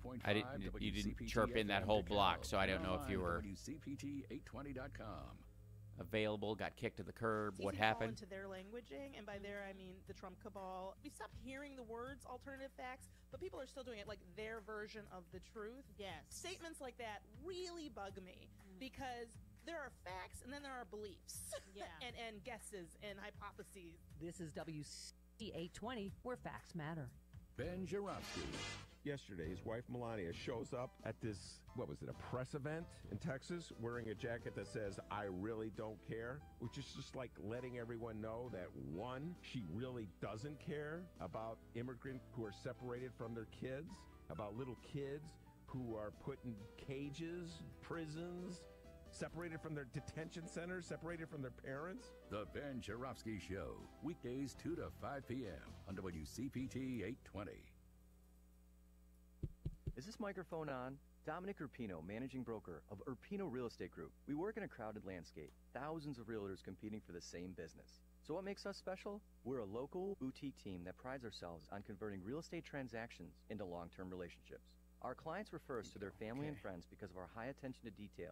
Most of our listings sell within 1 week, and Urpino Real Estate listings consistently rank #1 on Zillow. Call our superstar Lynn Webley. Lynn is one of our top producers, and her clients love her. Listen to this, an exclusive WCPT preview listing, 3500 West Cullum, a 4-flat with a very special price, and a great opportunity for investment. Call today. So whether you're buying, selling, or investing in real estate, spring brings more choices. So hurry and take advantage of the season.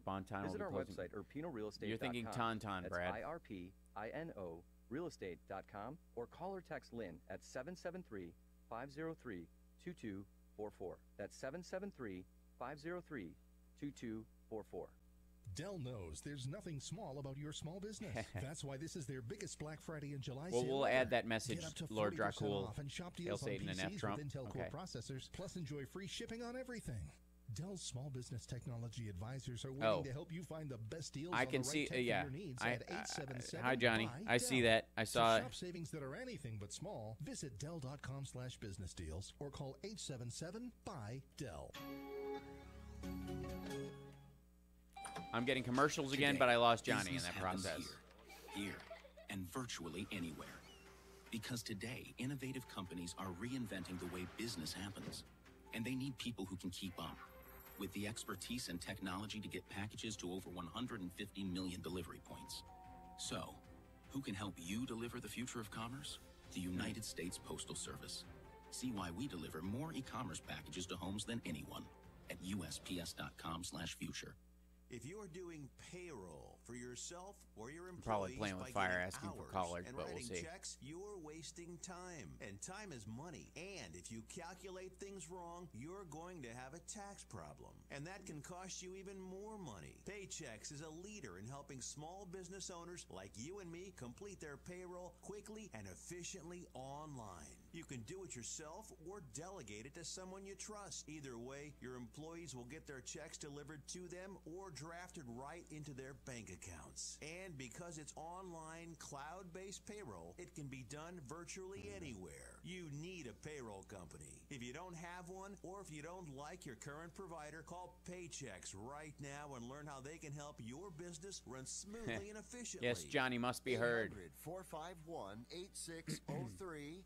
800-451-8603. That's it. Rendezvous with Oblivion. Oh, good 8603. Lord. These people. This is WCPT's Art of the City. We let you know what's happening in the theater, music, and visual arts. Coming up on Friday, July 13th from 6 to 10 p.m., the Yuri Eichen Gallery at 2101 South Halsted presents There Goes the Neighborhood, the Fair Housing Act of 1968 to segregation, affordability, and gentrification of Chicago in 2018. This exhibition will feature activist artist Tonica Lewis Johnson's visually stunning photographs documenting daily life in Englewood, activist artist Larry Redmond's photographs documenting the teardown of the Ida B. Wells housing project, artists John Pittman Weber and Sonia Henderson's photos and prep sketches of the MLK Jr. Memorial in Marquette Park, Bernard Kleina photos from the 1966 Housing March. Also at 7 p.m., a group of CHA public housing tenants and organizers of the Chicago Housing Initiative will discuss continued de facto segregation in Chicago neighborhoods. For more information, go to yuri-eichen.com. The following update is for drivers who pay too much for car insurance due to DUIs, DWIs, tickets, or anything else. Our company specializes in low-cost SR22 auto insurance. We know that mistakes happen and offer free quotes for very affordable auto insurance meant specifically for you, Thanks for the stopping in. overpaying high-risk driver. Channel 2 is the showing quote all is free, important and we'll handle the filing so you can start Yeah, I think saving Channel money. 2 isn't Call showing the March because I think they're on 800-749-2984. autopilot on Saturdays. 800-749-2984. 800-749-2984. When it's pouring rain, or even when storms are in the forecast, do you have a sinking feeling because you're worried about all the stuff in your basement getting wet? Hi, I'm Roy Spencer from Permaseal. We've been dealing with wet basements and structural foundation problems for over 36 years. If your basement has ever flooded or you've had leaking wall cracks, it will likely happen again. And that's where Permaseal comes in. You can count on us for honest answers and expert advice to get your basement and your life back in order. What makes Permaseal your best choice? We're locally owned and we provide state-of-the-art, permanent, and proven solutions to your wet basement and structural foundation problems. We remain focused on superior customer service and complete satisfaction for our Too many clients. people And didn't that's list how the we earned price an A+ rating from the Better Business Bureau. Call 800-421-SEAL today for a free professional evaluation by one of our certified consultants. That's 800-421. Good point, Oliver. We'll talk about the European trade elements as well.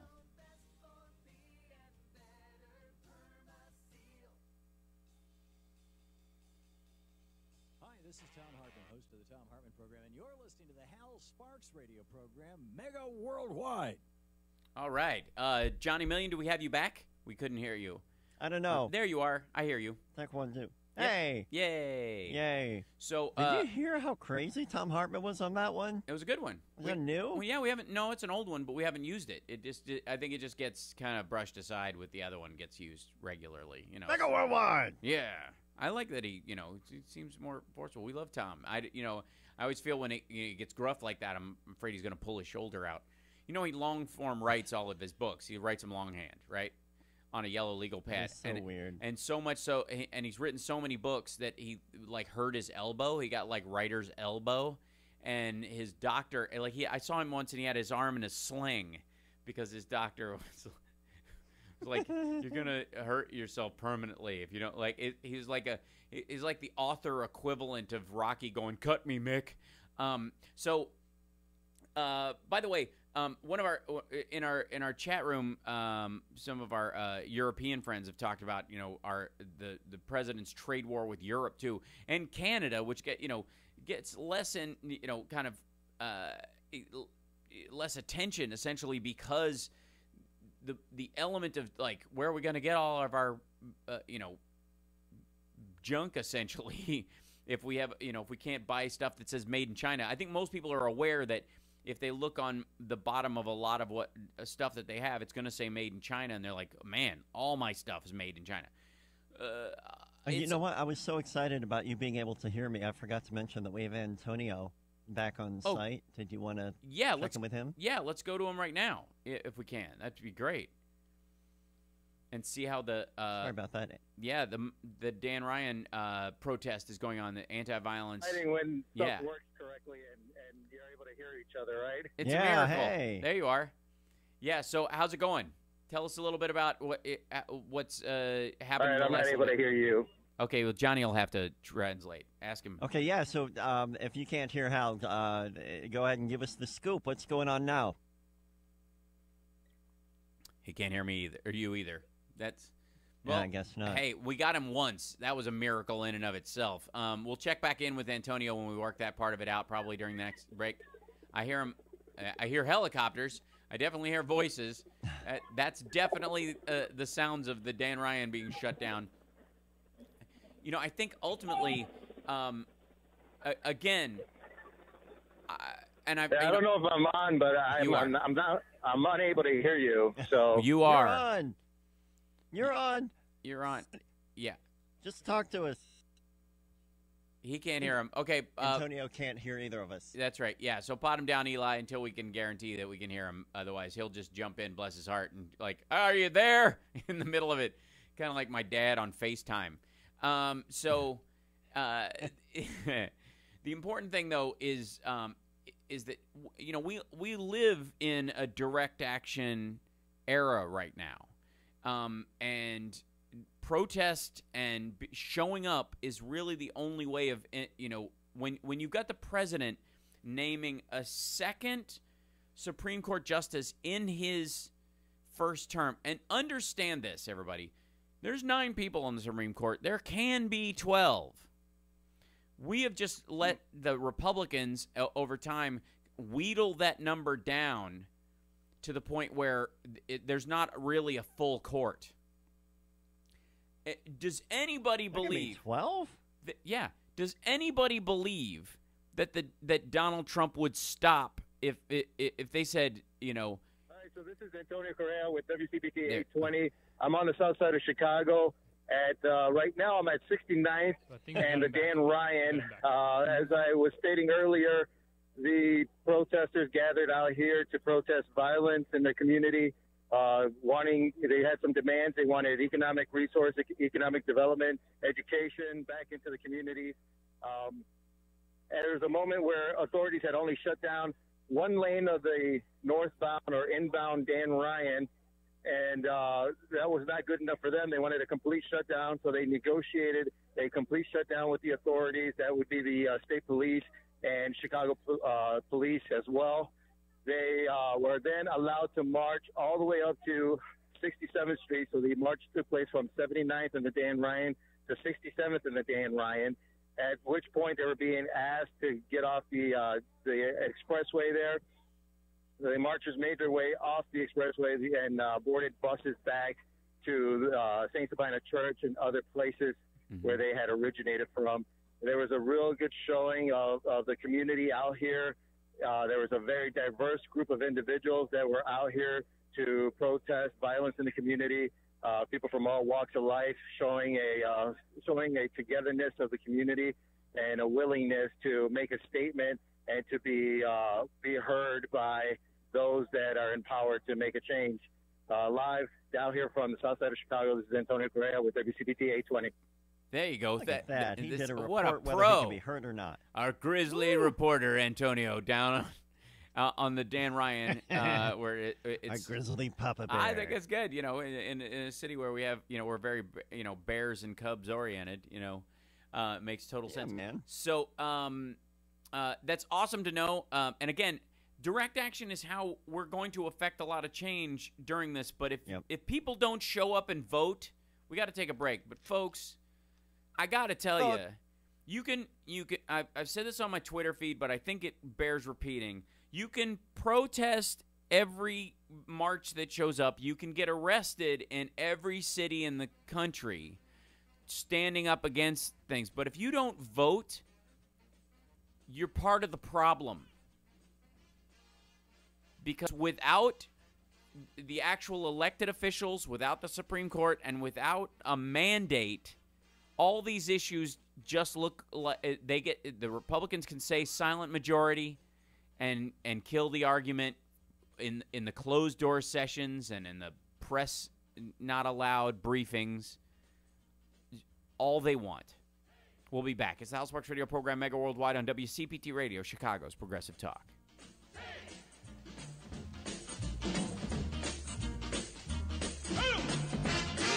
WCPT Civil Rights Snapshot. Labor history is human history, neither of which is perfect. But after centuries of collective experience, perhaps the greatest attribute of the modern labor movement is diversity. Working people coming together, bridging language, cultural, and ethnic differences for the common good.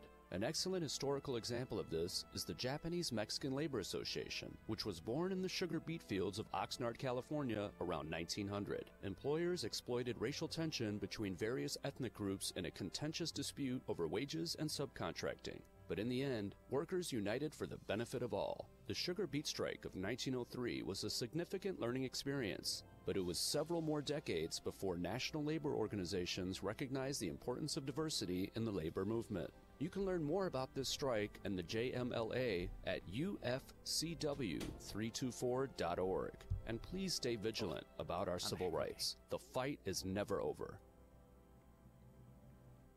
Hey, chat room. This is Brian Hickey, Operating Engineers Local 399. Recently, the Supreme Court ruled against organized labor. Public sector employees will have they did, and there's nothing we can do about it. And he's going to put somebody who's even worse for labor there. I have a real concern. We'll talk about this when we come back. I have a real concern about who he's going to place on the court.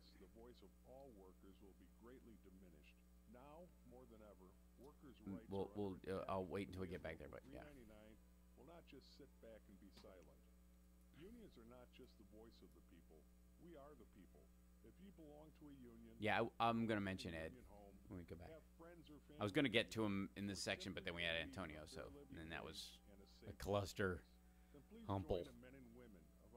Local 399, as we continue to fight for the right to organize. You're never going to get as much sleep as you want. That's why you need to make every hour of sleep you do. It's always been there. Really count. Hi, I'm Scott Tannen, founder of Boll & Branch.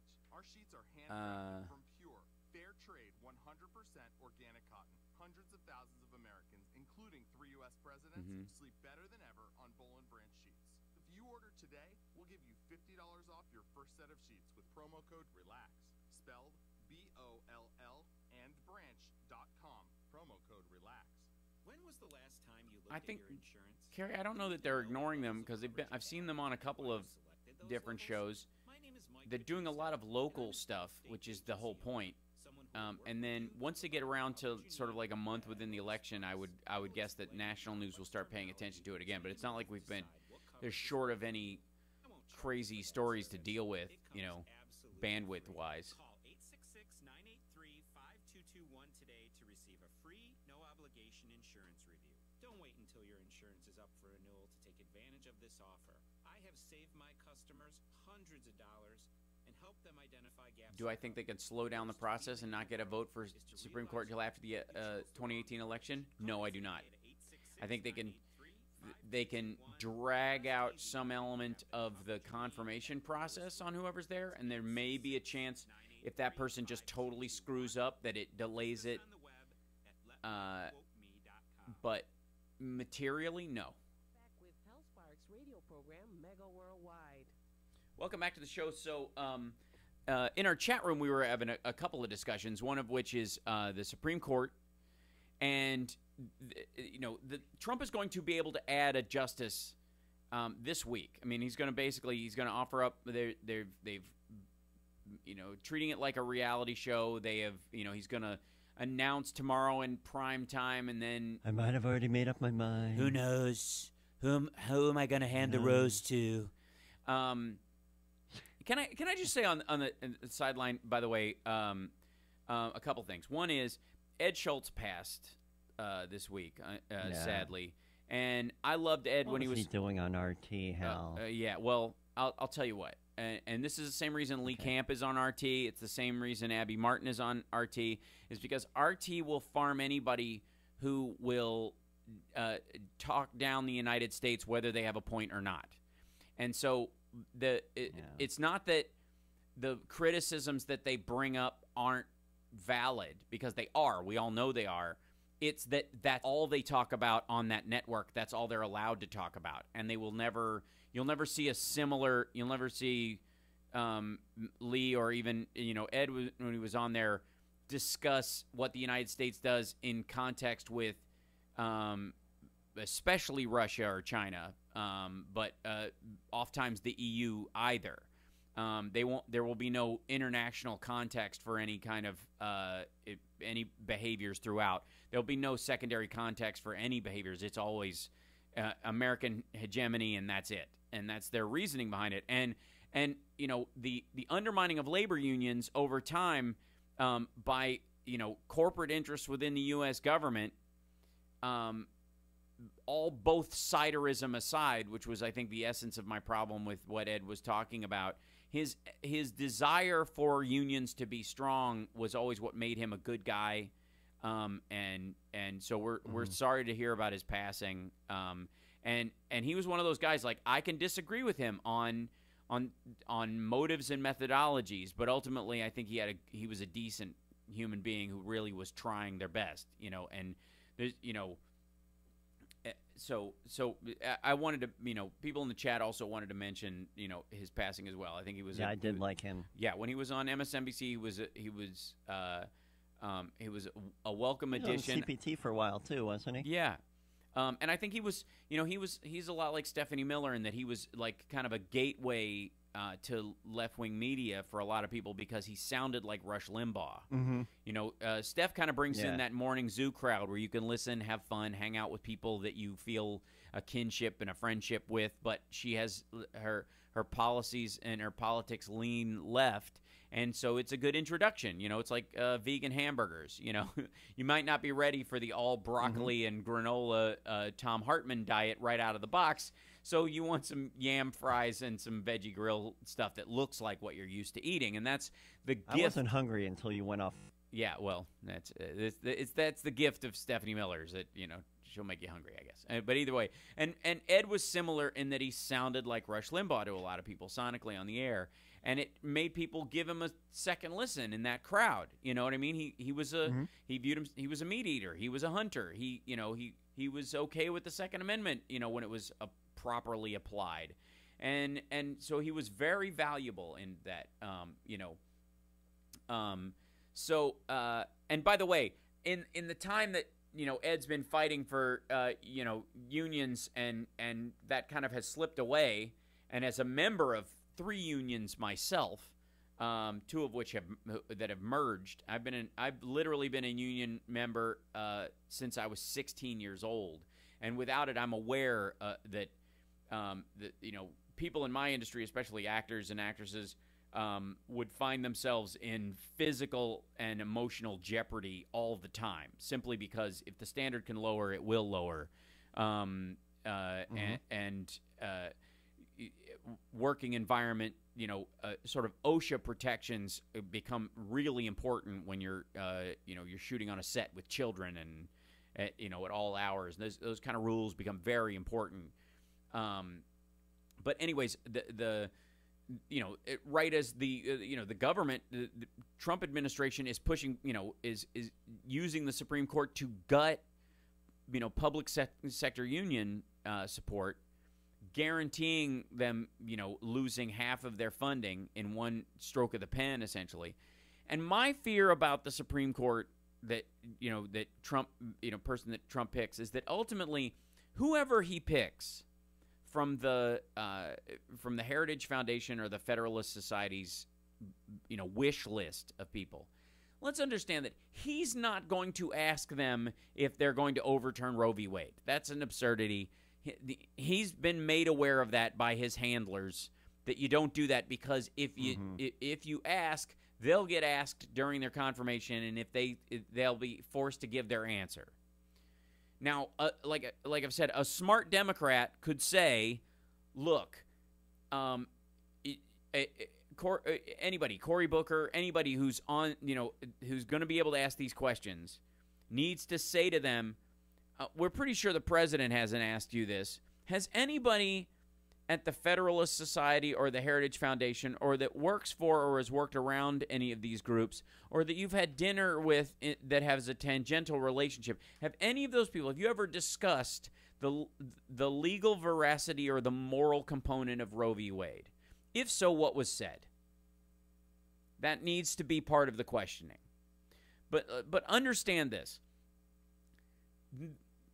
There is only one thing that liberals, progressives, or Democrats, whichever group or intersection of groups you feel a part of in that descriptive, there's only one thing that they can do to stop Trump adding a complete religious conservative, a pro-business, anti-union stalwart on the Supreme Court for the next 40 years.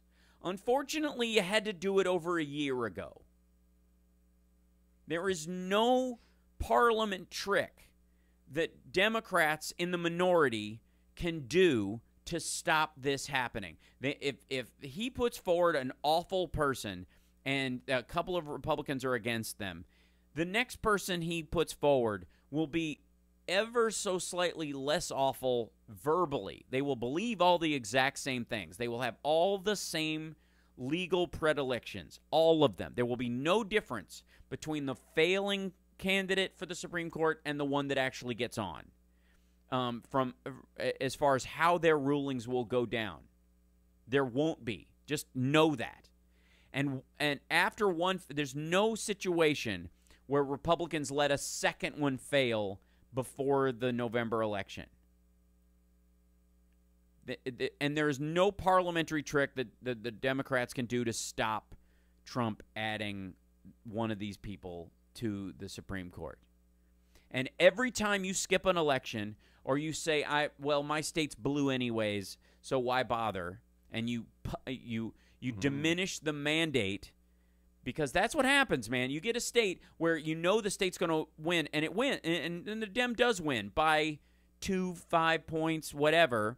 But on a material, numeric level, you're talking about 110,000 versus 95,000.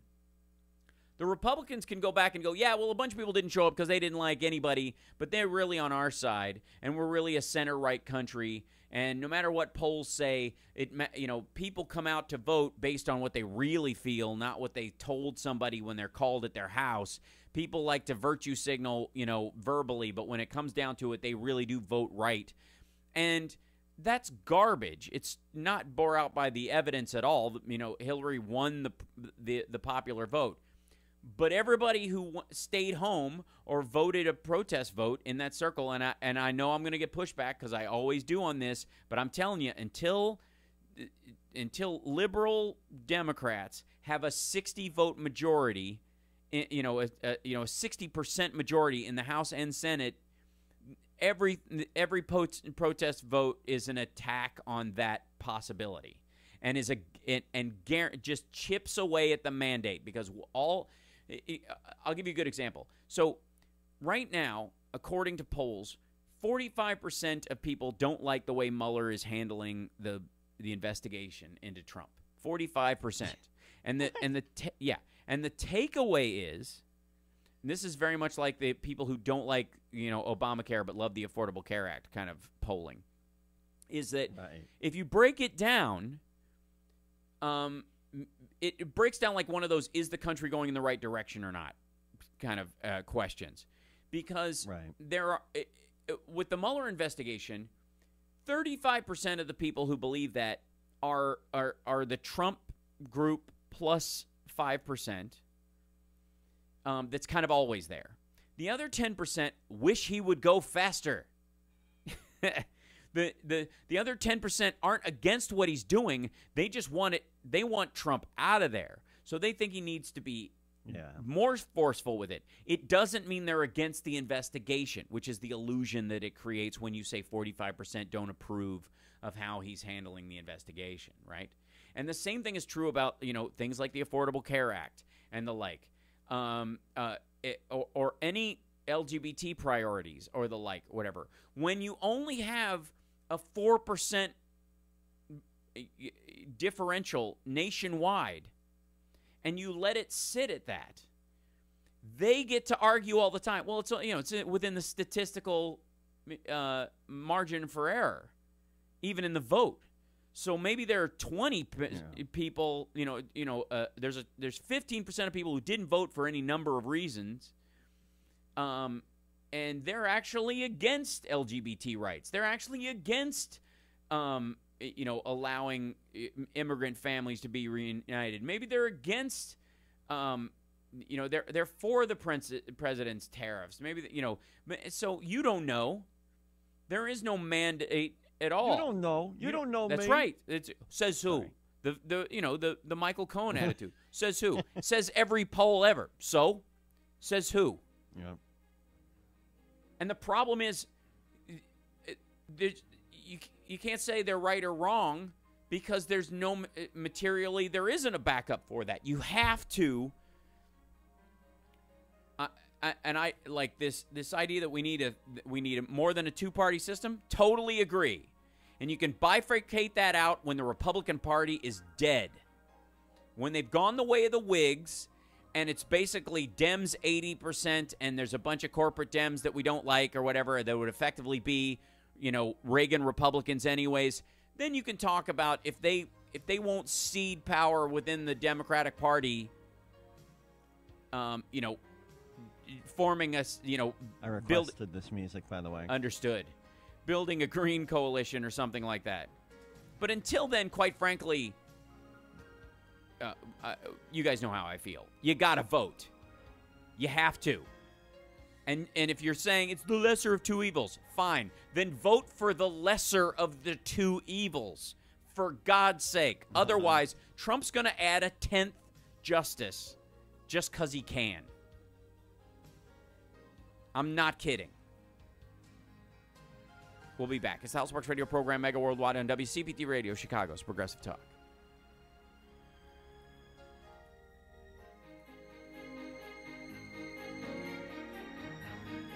Sunday night, tune into Ring of Fire. There was the story of a campaign pre-election meeting. There's a quality of quid pro quo here, and the quid being help with the campaign, and then the quo coming in the form of, let's try and isolate Qatar. And that would involve a significant amount of change in U.S. policy because Qatar actually has a base. Ring of Fire, Sunday night from 6 to 9 on Chicago's Progressive Talk, AM and FM. Does your business spend $500 a month or more on gas and electric bills? Did you know by making a simple free phone call, you can save up to 25% on your bill every month? What could you do with a 25% savings on utility bills every month? Energy deregulation is now available in your state. Making one simple phone call will show you how we can lower your gas and electric bills instantly with no changes to your bill and no enrollment fee. This is a free service. The only thing you'll notice is a lower bill every month. Call U.S. Power and Light right now. Reagan's transfer from Democrat to Republican was right in line with the Civil Rights era transfer of Dixiecrats to Republicanism anyways. Please call right now and unleash your savings. 800-968-3744. 800-968-3744. 800-968-3744. That's 800-968-3744. Thank you, Yola. Hi, come in. Wish Tom Hartman didn't have blind spots when it comes to social issues that aren't about labor. He doesn't know enough about women's rights, racial justice, or LGBTQ issues. But remodeling takes so long, and it's so People are allowed to specialize. Our kitchen cabinets. We reface them. It's a fraction of the cost of new. He's particularly good at that. I just 3 days. ultimately, anytime you're kind of arguing that issue trumps all others, then you're in trouble. If it's just his specialty and that's what his main focus is, that's okay. 1-800-REMODEL. That's right. I think the Lee Camp, Jimmy Dore, Ed Schultz wing was that what the U.S. did in the lead up to 9/11 and other stuff like that trumps our right to fix any of this now, and that anybody who's harmed currently is just you can't make they must be sacrificed to the downfall that America deserves. Now back to the Hal Sparks radio program, Mega Worldwide, 773-763-9278. Well, there you go. Welcome back to the show. Go. Hey, there you go. I did want to bring up the Richard Shelby, Republican from Alabama, Steve Daines, Republican from Montana, John Hoeven, Republican from North Dakota, John Neely Kennedy, from Republican from Louisiana, Jerry Moran, Republican from Kansas, and John Thune, Republican from South Dakota, and these are cosmonauts?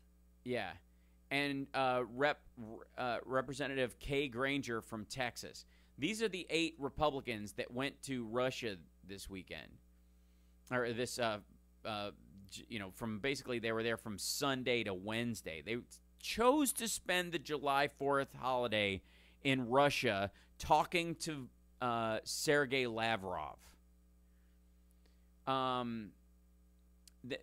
This part of it, they went, by the way, they had a great time. They went and saw the Russian ballet perform Sleeping Beauty. And they got to have some walk around. They had no meetings with opposition leaders. They went over there and they said, we need to well, they would have had to go to a jail or a hospital. That's really inconvenient. And those places are dirty and disgusting over there. It's really grim. Yeah. So they in many ways Richard Shelby was kind of the lead voice on it. And while looking grim when speaking to press in over here about it and outside the room, once they were in there, they took a much more conciliatory tone, to the point where the Russians said it was one of the easiest meetings they've ever taken, and Russian Russian officials on Russian television directly referred to the 8 representatives from the United States as weak. All of them, by the way, were there to give the illusion of toughness before Trump goes over there and bear hugs Vladimir Putin. If he gets his way. All the while getting nothing. Now, again, Trump wants to have a meeting with Putin alone with no one else present first before their I imagine Trump trying to hug Putin like Meatloaf and fight him. Oh, yeah, right. Totally. They have to open my pecs to drain the fluid. Right, yeah. Right. You can cry. And by the way, you just gave me a really excellent idea of something I can try when I get home. Sure, as you do. My son. Open my pecs to drain the fluid. That's right. They'll just watch some Incredible Dr. Pol. They'll teach you on I think it's on Nat Geo, the animal show. You can learn how to do that from home. Don't do that at home. I'm just kidding.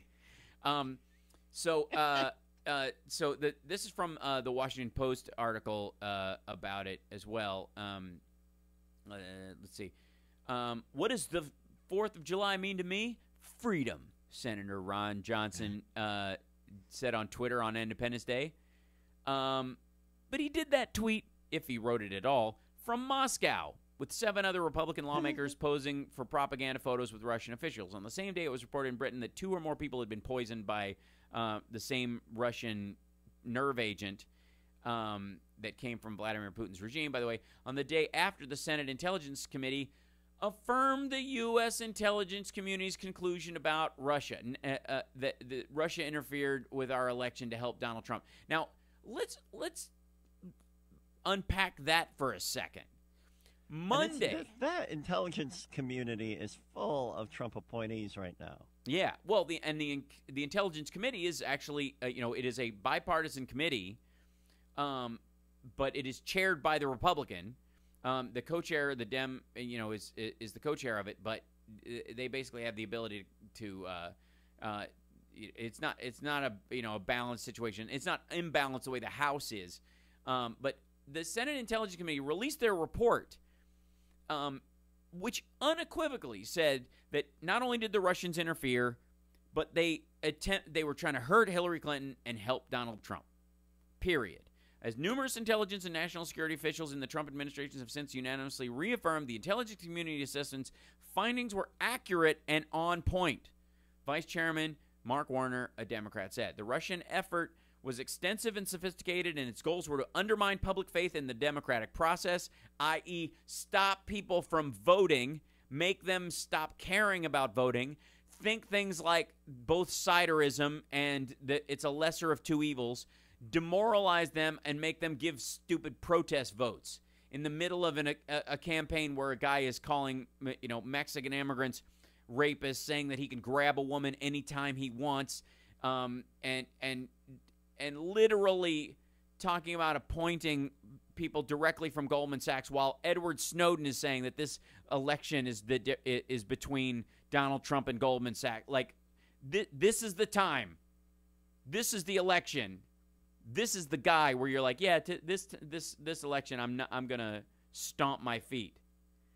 Oh my God. So, all right, and not even show up. Here's the one thing: if people showed up and they were like, I can't vote for this person for president in good conscience, well, a lot of them, that kept them home, and they didn't vote for anybody. And what happened? The Senate and the House, and every local assembly person, and their comptroller and their Secretary of State, who is one of the people who guarantees that people of color will have fewer voting machines. You let that happen, and every then dog catcher, right? And the coroner, right? Yeah. Last thing you need is a left-wing coroner. That's right. What happened when we had Jack Klugman playing one on Quincy? What did we get? We got rape kits. That's what we got. We got an orphan. Lisa laugh. I don't think she knows about your Quincy affinity. Oh, love me some Jack Klugman.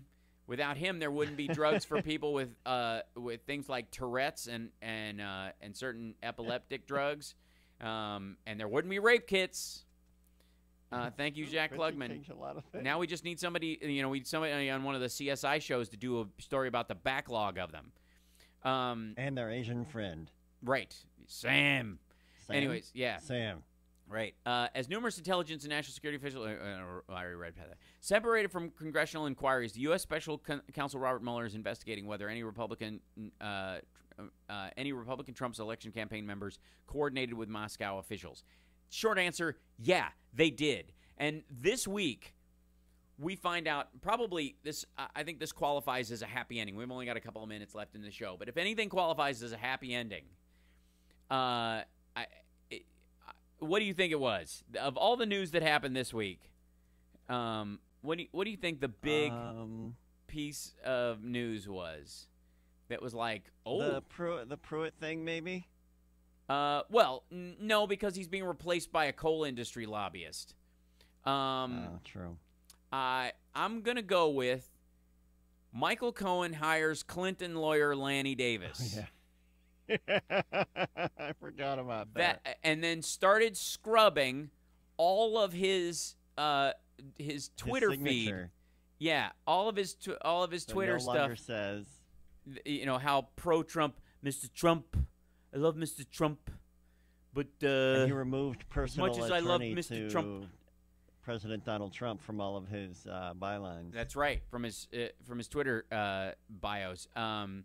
Attorney Lanny Davis, who worked as a special counsel for then President Bill Clinton in the late 1990s, has joined Michael Cohen's team. A longtime confidant of President Donald Trump, Cohen served as personal attorney, but has faced intensifying pressure following an FBI raid of his property in April.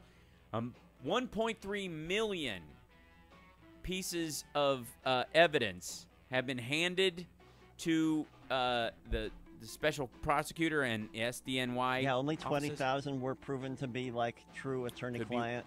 Or personal. 1.3 million. Oops. That's why Lanny Davis. He'll be fine. So to Donald Trump, I say, so long and adieu to you fair Spanish ladies. It'll take a while. Yeah. But it's coming. Thank you, Johnny Million. Have a great wedding next week. Thanks, Lisa, for loaning him to us for the day. You guys have a wonderful day. Thanks, Eli, for filling in. Lady B, we love you. Take care. Chat room, stick around for our post show. We'll be back right after this.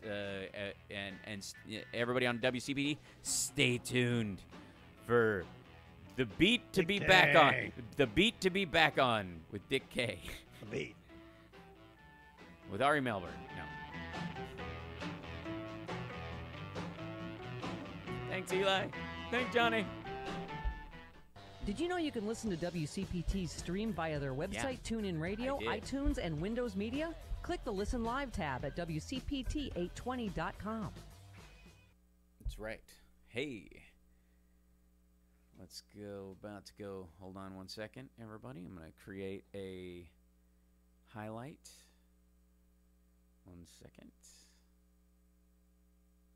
There we go. Welcome to the post show for this episode. We'll come back right out of this guy. Hey, there you go. Wherein we kind of go straight to the chat room and talk to you guys. Today will be. It was nice to have Johnny in there or whatever. So and kind of anything we kind of missed out on while I was chasing down a bunch of. God knows there was plenty of news this time. And there we go. Let's see. Post show. It's terrific.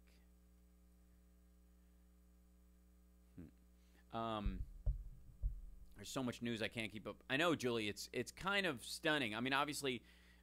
Some of it is trickle news. Some of like Mueller and the tariffs, I think, are kind of long legs stories, and will have to be unpacked over a good deal of time.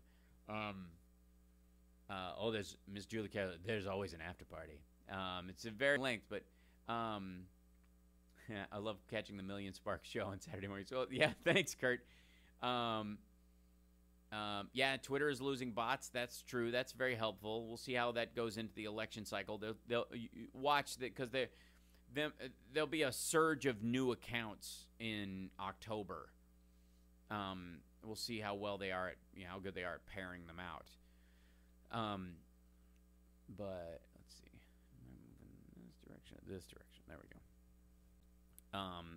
go. So as we were going into the break.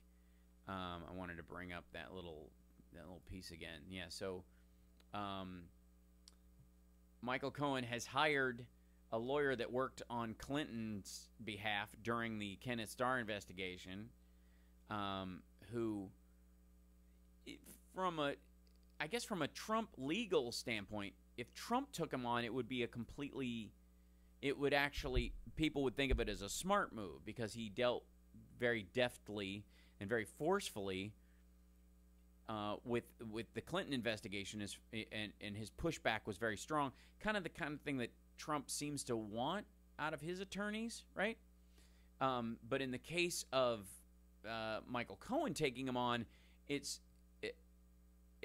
incredibly damning that this is a Clinton loyalist. This guy loves the Clintons, and he loves. Oh, can I pot up my volume? Yes, I'll turn the volume up as best I can and bring that up. Is that better?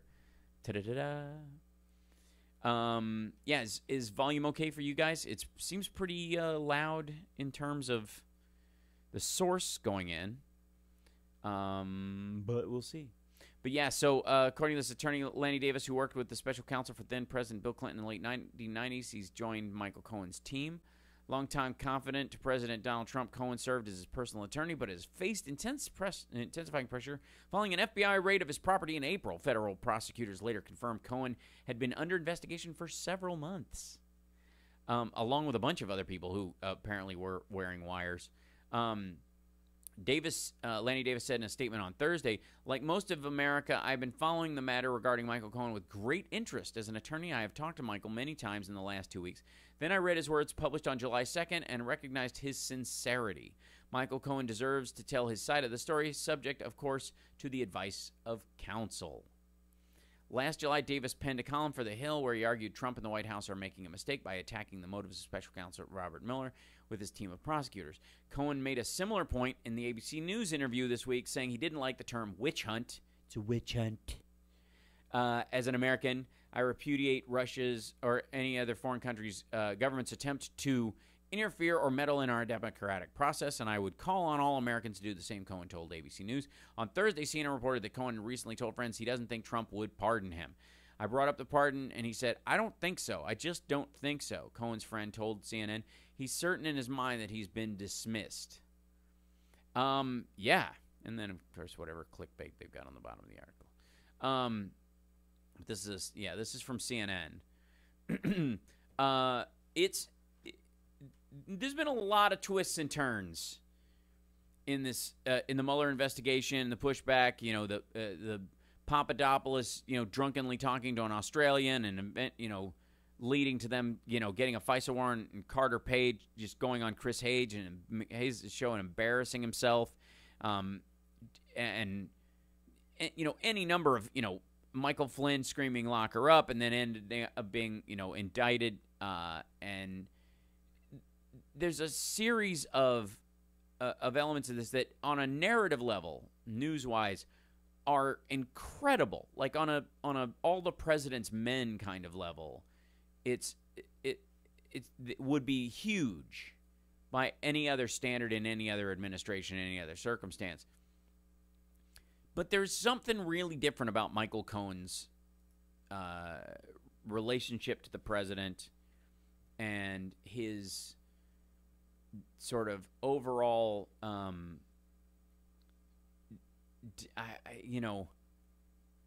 this whole, I take a bullet for Mr. Trump.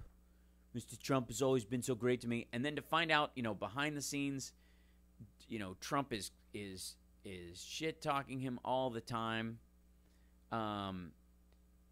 It's really embarrassing how sycophantic Cohen was. And then even more so how quickly, Trump has cast him aside, and how you find out these stories that Trump in front of family members would mock him when he's, literally there in person.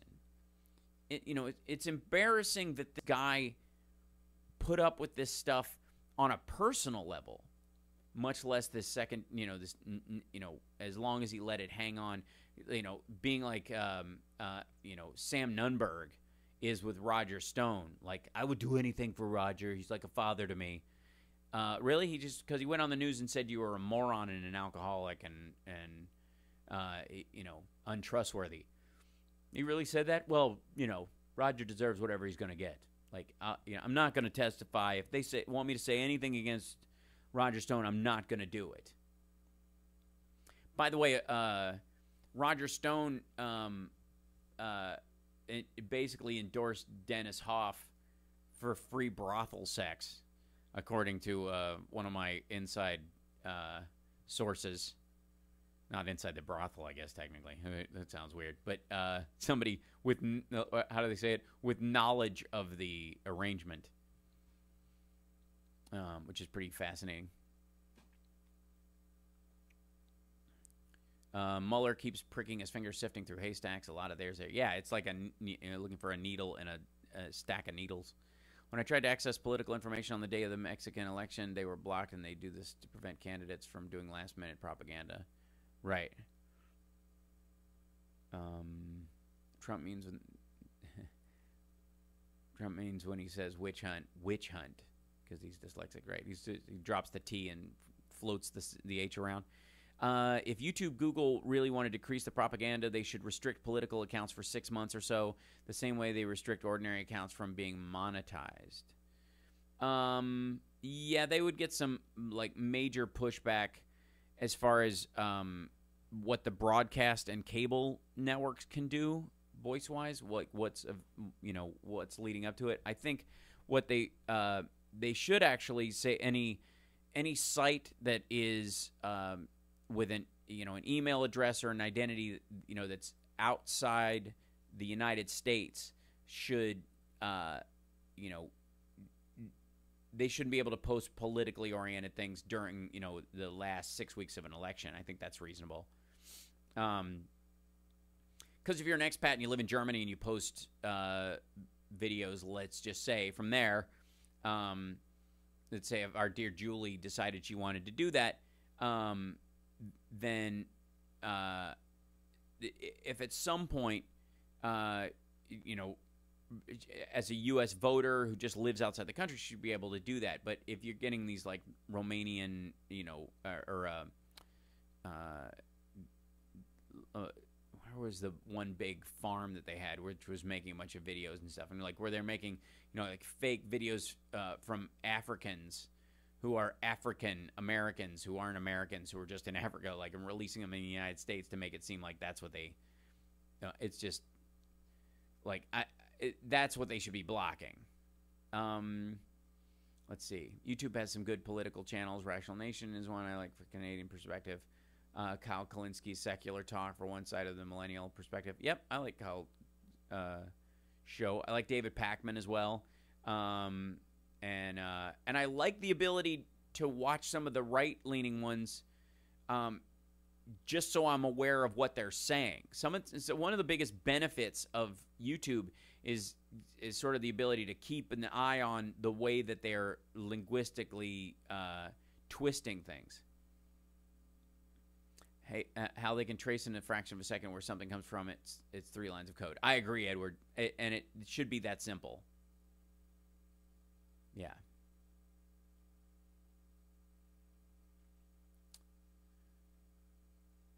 Cohen is the American pronunciation. Cone is British or English, right? Okay.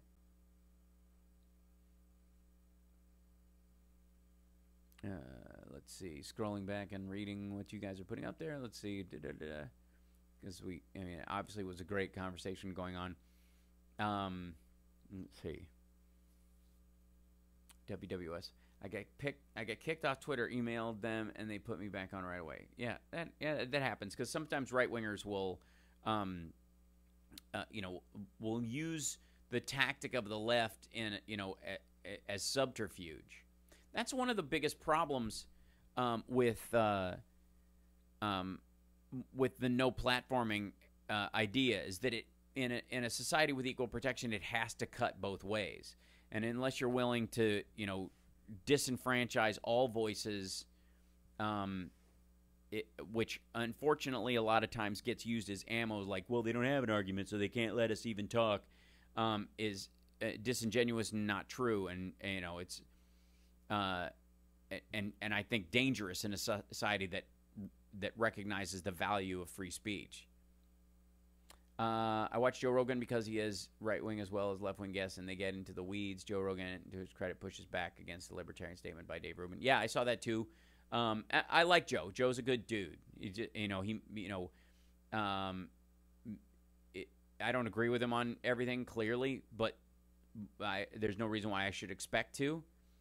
But I think he has a good soul, and I think he tries really hard to be fair, and I think he tries, his decisions and ideas are his own after he's come to, he's done some thought. You might disagree with his conclusions or his ideas, but it's not, he didn't come to them flippantly, I don't think. Kyle Klinsky gave the argument of voting green if you were in a safe blue state. He exclaimed that's what he was doing because he was white. He could take the hit. That's just dumb. It's ignorant. It's a waste. It's stupid. It's foolish. It gives away the mandate. It's a mistake because they don't say that, oh, a bunch of people voted green, so they're even further left of the Democratic Party. They just go, this is how many the Dems got. This is how many the Republicans got. Nobody takes that stuff seriously except within, the sort of interior, circular firing squad of left of Dem politics. And if you look at what and again, people who are saying like Ocasio-Cortez's win is indicative of the power of socialists or whatever. She's a Dem, chose to be a Dem, campaigned as a Dem nonstop for 2 years, wore out her shoes, knocked on every door, earned every vote she got.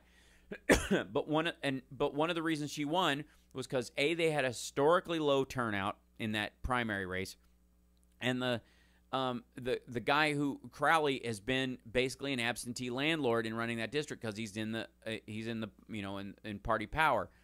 So he's been focused on the Washington aspect of it, and he just hasn't been in the neighborhood a bunch.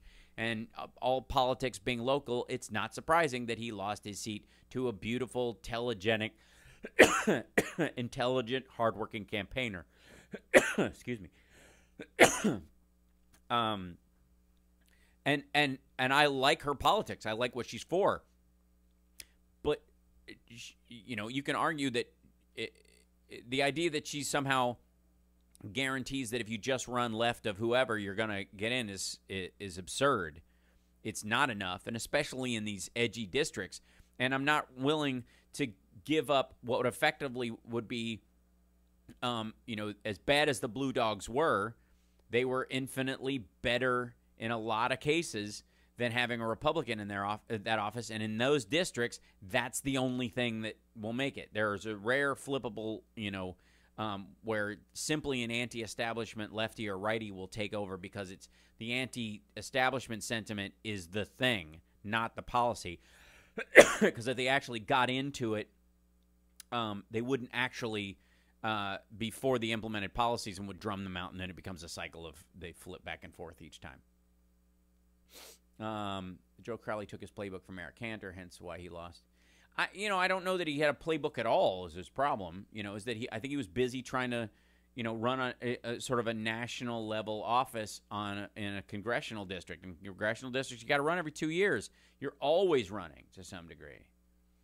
So, senators can do that. Senators can spend the 2 middle years of their term not even in the district, honestly. Cool. Well, thanks for the DM, Julie.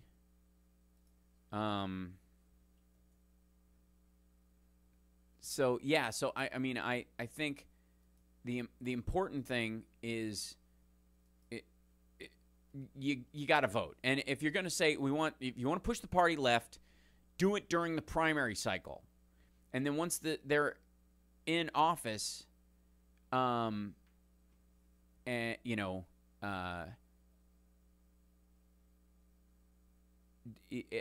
just think it's sorry, I was just reading a message that I got or whatever. Let's see. Let's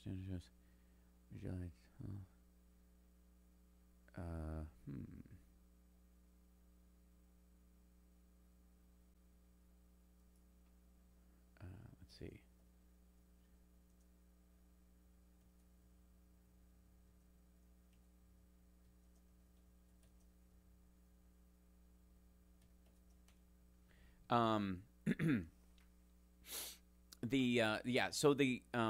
I just started getting messages all over the place. The lovely and talented Greg Proops sent me a message as well.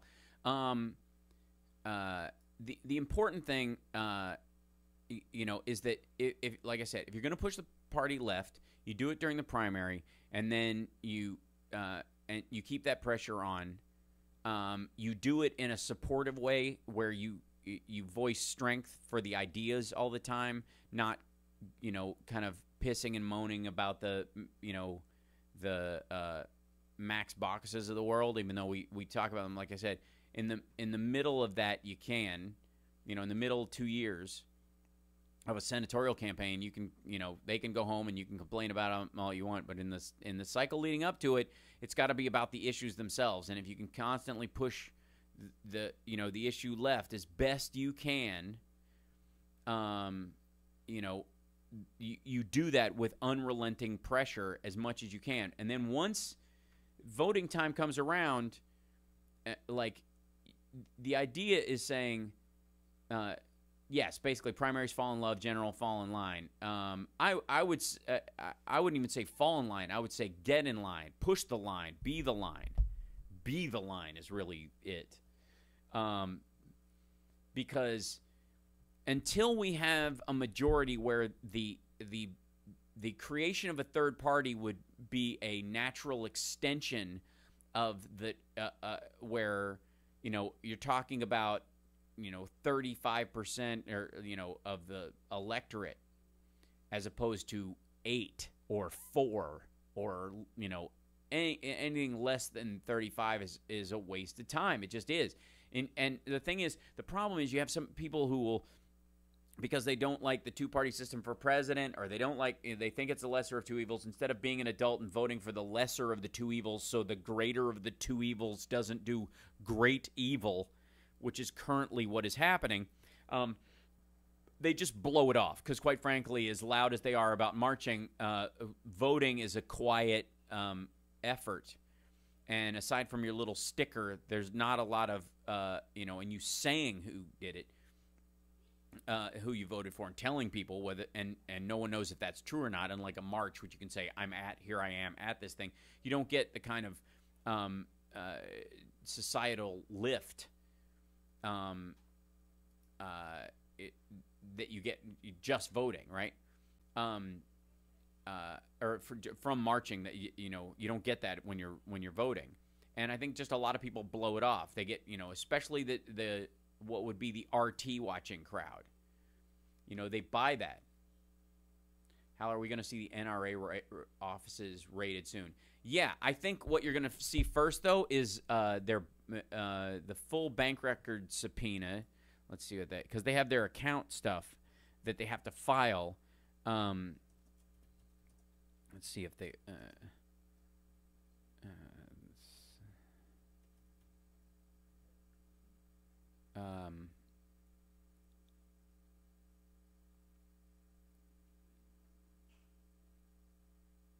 Yeah, so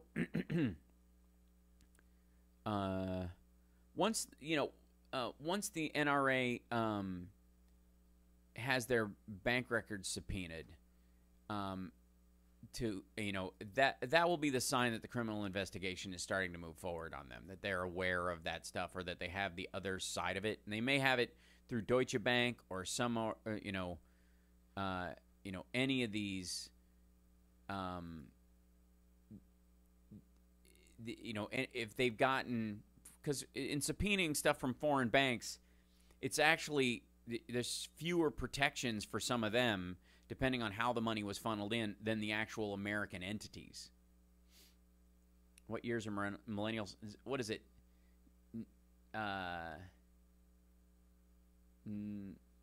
91 to 2010, something like that? Is that right? I mean, it's 20 years, which always seems long. The other thing, too, is like the youth vote. They already talked about the youth vote. The problem is it gets talked about as if it exists.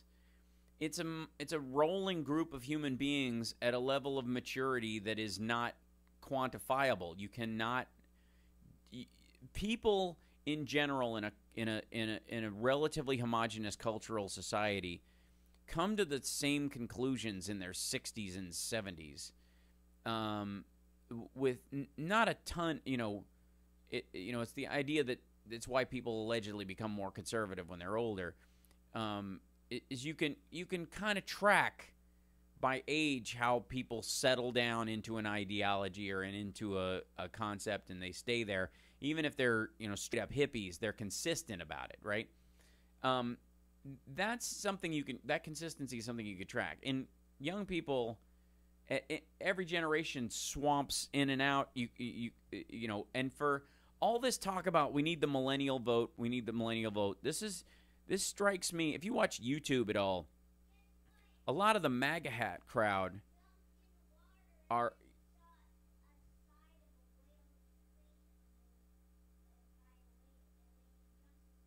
I think I'm being talked to through the door. That's really cool. I'm on the air still. I'll talk to you in a minute. Love you.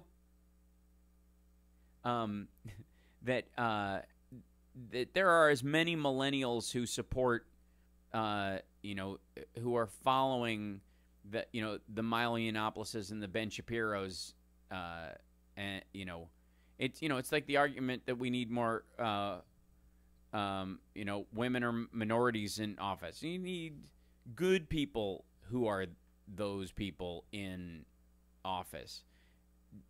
Having Ann Coulter and Ben Carson in charge of things isn't automatically better.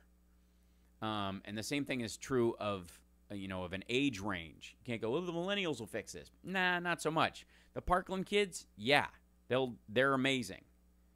But there's a ton of them that are MAGA hat wearers. There are less hateful younger people. I would not automatically bank on that. That behavior has to be cultured. And there's a huge pushback in the millennial, as far as voter groups and the like, and their motivations and whatnot. When you can't take it for granted, is what I'm saying.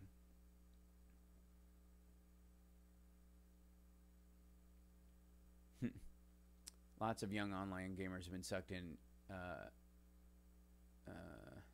into the white supremacist mold. Generation X can do just their thing without being put down. Baby boomers now. We do your Gen X. We had a MAGA store open locally on 4th, and it closed on 5th of July. It seemed they could not manage their money. Either that or they were just doing pop-up stores just for the 4th. I don't know. Who's to say? Think Cam is a shy boy? Yeah, no. Majority millennial vote who don't like Democratic Party members tend to get unaffiliated. Yeah, well, that's a tendency in younger people to call themselves independents when they're actually not. But the problem is independents don't tend to vote. There's a lot of people who identify. There's more people who identify as independents if you talk to them, and they just don't vote. They don't bother. They either don't know how to register, or they haven't bothered to, or they do and then they forgot, and they don't know what their polling place is. They use the sort of the lazy part of it to just give themselves a break. Yeah, Cam is not shy. The reason why we think there are the same number of conservative younger people is the media skewing our view of that demographic.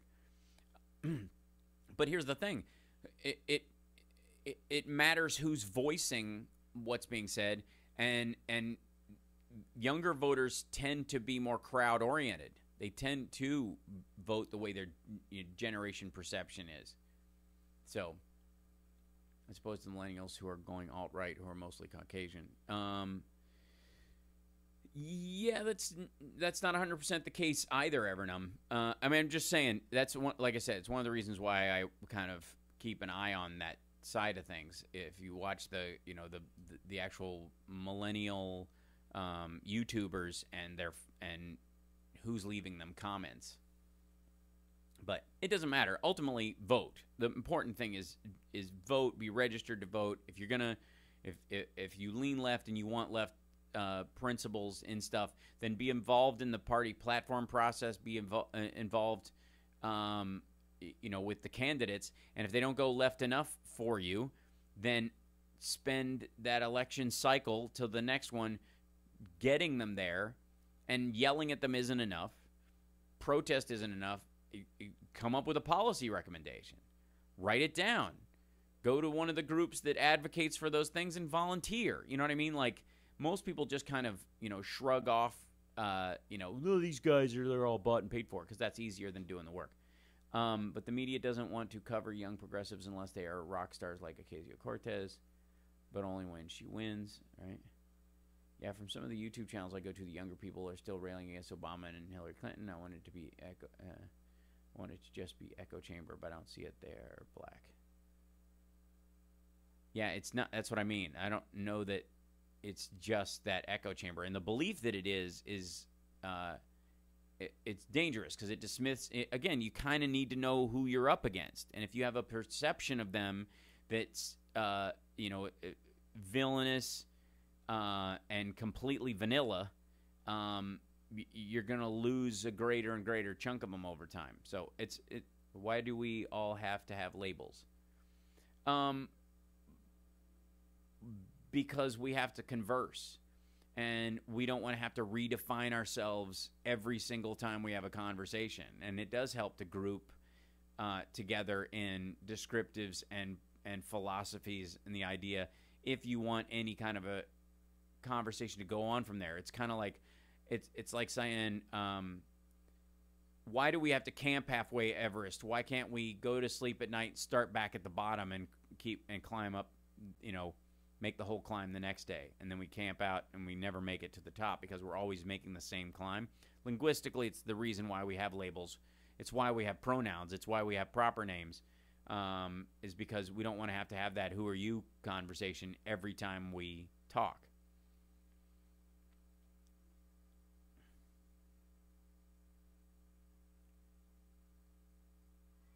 Trump's ties are all made overseas, and the only thing he gets from here is McDonald's. That seems to make that some Mexicans probably spit in when they see him kind of ordering it. Well, they don't know he's ordering it. That's the thing. That's why he orders it to go.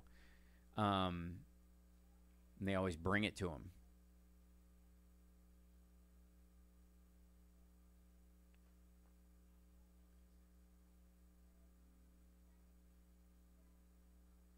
The right wing has mastered the art of getting their message out, and the mainstream media eats it up because they're terrible at their jobs. Sure. Okay. What good does that do, though?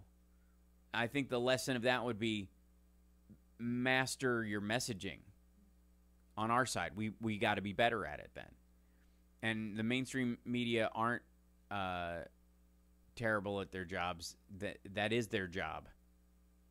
I mean, they're in the squeaky wheel business.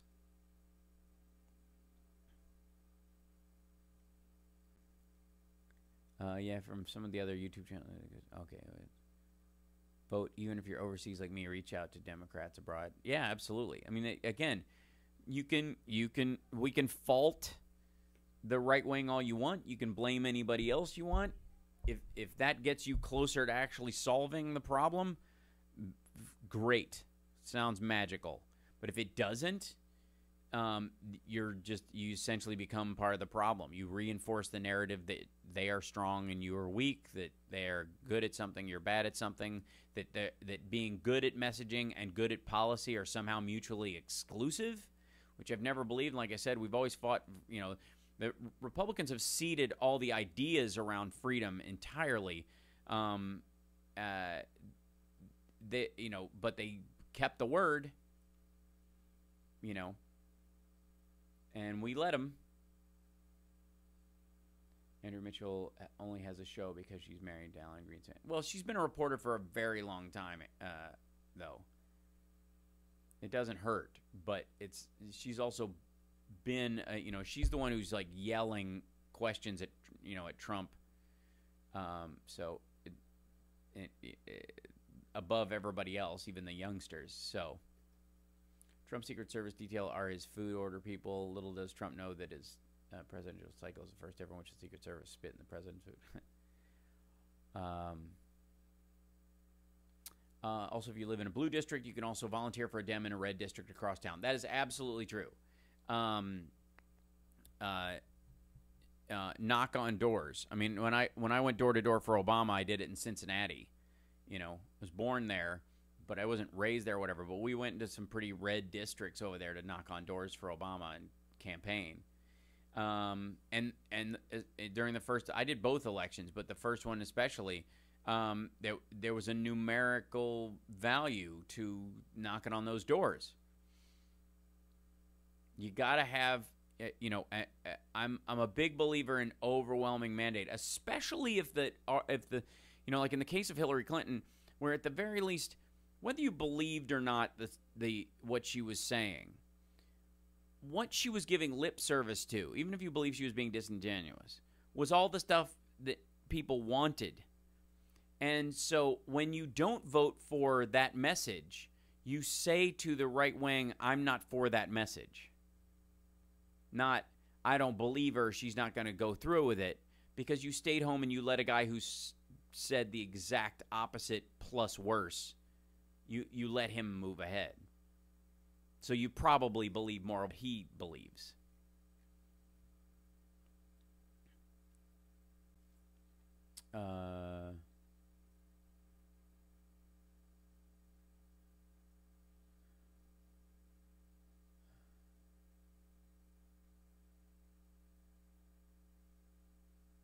Mainstream media also ignores Dem messages. Dems hold press conferences and they don't cover them.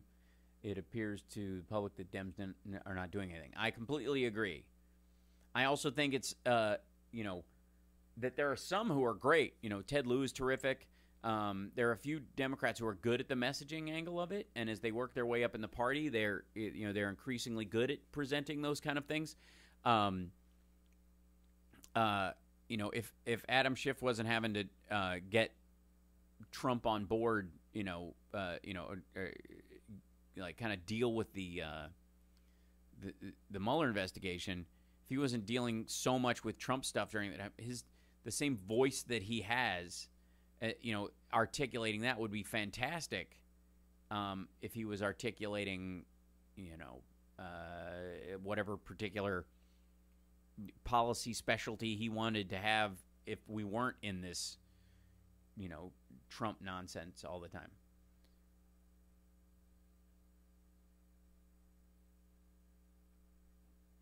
Progressives need to stop discussing things all the time and do what Father Flager did today. Be direct and say, we are taking over the entire Dan Ryan. I agree if it amounts to more than just irritating people who were in traffic.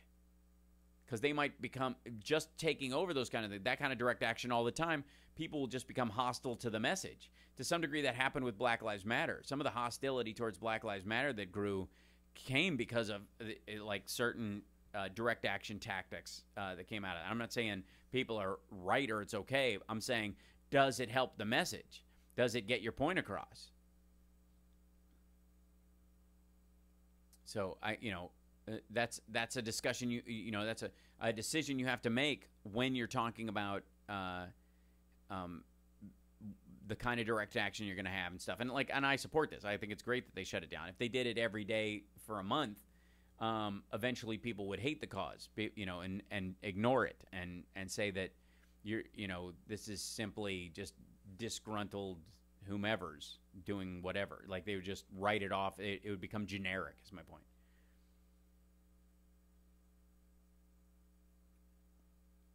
The GOP is hell-bent on bankrupting average Americans. Agreed. I mean, it's the greatest way to keep people who have been bootstrapping their whole lives from, competing with your third-generation rich kids is make sure they don't have the opportunities to get out of poverty, so that you never have to, your kids never have to compete for a piece of property in the real estate game with somebody who, is smarter and more driven than them. I mean, that's why you protect your offspring when they're dumb, and you're rich. That's why you Paris Hilton and Eric Trump your way through these kind of things. Sadly, faux news were able to distort the message of Black Lives Matter, which to be nitpicky might have been more distortion resistant, with the addition of another word, Black Lives Matter too. Yeah, well, that was the understood word, the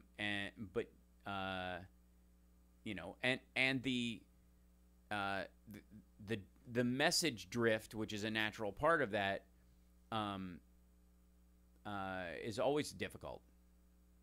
Black Lives Matter made some early mistakes of attacking people on the left as opposed to the righties. I'm a BLM supporter, by the way. Yeah, I mean, obviously making more of an effort to storm the stages of Bernie and Hillary and a lot of, you find out that's why the Russians started their own Black Lives Matter pages and tried to, create infighting and all that kind of stuff. Bye, Natalie. Thanks. It's again, you have to go, okay, yeah, direct action is necessary. What's the most effective direct action I can take? Is this it? I mean, that's always a part of it, right? The recession is going to hit all Americans pretty hard. Yeah, this I'm looking at this denuclearization nonsense. The tariffs and all that stuff is going to take a little while, and again, there was somebody making the argument that, the best thing that could happen to the Democrats is that they lose this fall, so that when the recession that Trump has created actually comes, Dems won't be in charge trying to fix it while it's happening. But if there isn't anybody that's like saying, I'll teach these kids not to play, run around the pool, they're going to fall and slip and crack their head. So you know what? I hope the lifeguard's car breaks down on his way into the pool today. That's like, I get the frustration, but it's completely stupid.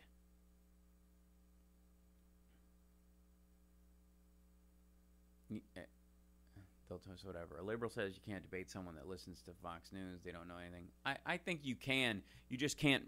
You can't have a factual argument with them because they're not interested. You can embarrass them though, and you can listen to what they're saying and turn it back on them. Dissect their argument to them. Whenever you're debating someone, a lot of times you're not debating the facts of what they're saying, especially if they don't have any. If you can debate facts, you should. If you're debating, that, and that's the issue with social justice a lot of times, is that facts don't bear out people's social experience in life. It's, you can cite all the psychological studies you want, you can cite all the, financial studies or whatever, but that's not a good indicator of happiness, satisfaction, any number of effects that actually better people's lives. So when you're talking about those kind of things, you can debate back and forth to where it means nothing. In those circumstances, you can, though, look at the ethics of the person that you're discussing and break down how they are violating their own ethics by what they're saying. Most of the time, right-wingers do that. One of the reasons why I stopped going to Northside Democracy for America meetings here in Chicago is they spend more time talking and less time doing in their endorsement process is problematic. My favorite word, problematic. Allowing the world to burn is not an option. That's what got us into this mess when people supported people to completely so completely unfit for these important roles. Yeah. No way if Dems don't get the flips they need in 2018, the coming recession is guaranteed to be worse than if Dems get the House and Senate and actually fight Trump on tax cuts by reversing them. I agree. Also, the group is majority white, cis-het, older people. Well, nothing like a little racism, ageism, and sexism.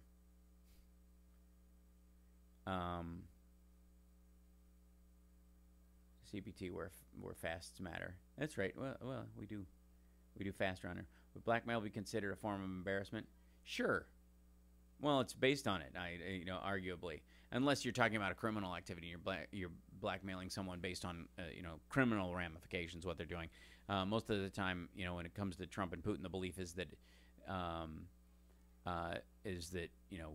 he has compromise that's embarrassing to Trump. I disagree. I think the stuff that he's really hiding would have to be violently criminal for Trump to protect it that much, or financially so valuable that Trump is protecting it. And I think that's actually, the more I watch this going down, the less, because I don't think Trump thinks he does anything wrong in these situations. He doesn't know he's doing something wrong, but he does know when he's doing business with somebody that he doesn't want to lose the investment, the money.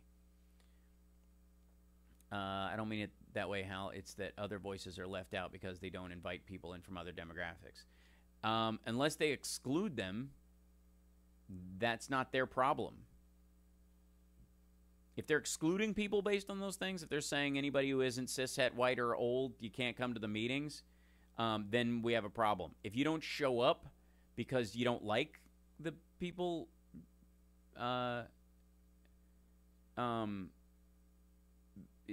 you know, that's totally different.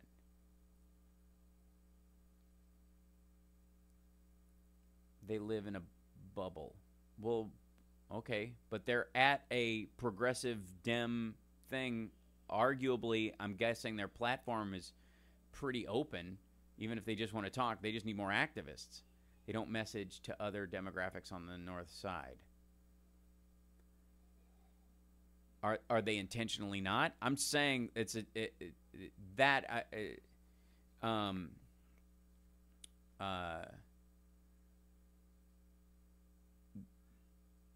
yeah. I'm not quite sure what the goal of getting those people to not show up for their for meetings is stuff they care about then, because all those people are arguably showing up because they care about these issues and they want them. They can't change their skin color, their sexuality, their gender, or their you know, or their age. So the only option they have is to not show up.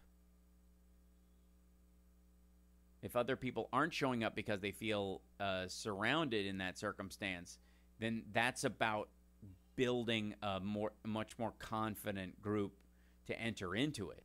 As someone who's on the north side, they do reach out and have people of different demographics. Carrie, same problem I feel with the Democrats here in DeKalb. Too much talking and no diversity of demographics. White, cishet, well-off, older people. It might be the demographic of the actual place, just, you know, by volume. Does that mean they don't care? That's the question. I don't know these people, so it's more, again, you're talking about things that they themselves can't change in themselves. And so you have two options. One, either they invite more people in or don't show up themselves. How do you have a prediction on how much longer Mueller will be in this investigation? I think it doesn't come down until after the election. I think November is the closest. You know? I think Mueller's investigation coming out in November is the best, you know. One of their leaders constantly criticizes Hillary and Obama. Yeah, you mean like Bill Press?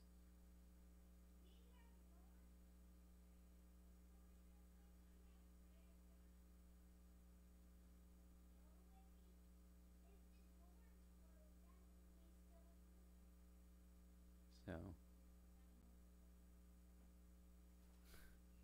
hello? Excuse you? Oh, Gigi needs to ask me something. Yeah? Nope. Okay. He wants to go down to the pool room, so we're going to go check it out. Okay. All right. Do you have the key and everything? You good? Okay. You guys are going to the pool, to the secret base? Yeah. Okay. Yeah, we'll let you go now. Okay, thanks. Democracy for America hasn't really been relevant for a long time.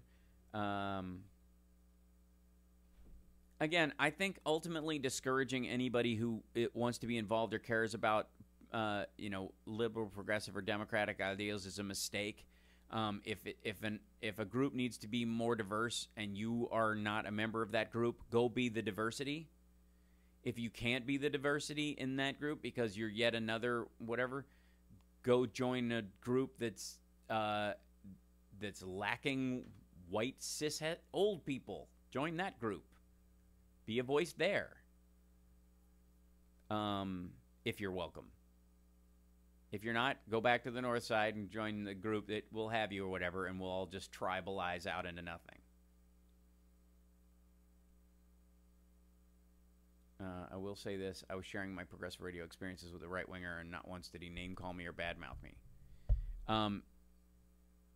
Yeah, I do find that to be more of a fixture of our side internally. Now, granted, I don't interact with, you know, Tea Partiers and the right wing, and I don't go to things like CPAC, and those guys can be vicious too, and they're armed, so I'm sure they run into their own version of this.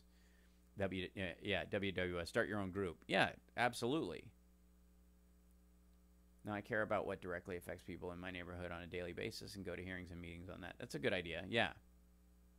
I will say this. Let's see. There are decent ones out there. They are so few and far between, though. Then cultivate them. Then that's the effort. That's the possibility. How do you think that Facebook has cleaned up its act for the coming election? I wouldn't trust anything that comes out of Facebook from a political or a socio-political standpoint at all, as a general rule, even if it seems friendly. Until they clear 3 elections with no stuff. And again, that's you have to operate on the kind of concept that I will trust this once it's been multiply verified, you know what I mean? And that's, here, this is the most conservative thing about me, is that I would say that when somebody, makes a promise or presents me with a philosophical idea that, I want to see some verification of it first, and in the, in the case of, Facebook, they did so much damage.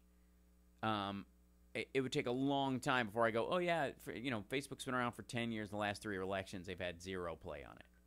The uptick on military widowed guys with 1 or 2 photos and no friends makes me very cautious. Yeah. I've been distancing myself from Facebook. I'm moving to Discord. I end up more on Twitter because I can, blocking and muting people is way easier when they're phony and whatnot, and then stick to the, YouTube because at least you can see me saying stuff. I'm in a different position because I'm, as a blue check, as somebody who's known, I stand by what I say, and I am, who I am. I do have to, unless I know you guys through being in the chat room or something like that, I have to take everything that comes my way with a grain of salt, and I think that's a healthy option anyways. Can we go back to local town halls, invite all citizens into routine discussions of problems, successes, and areas? I mean, that's the argument for going to your city council meetings.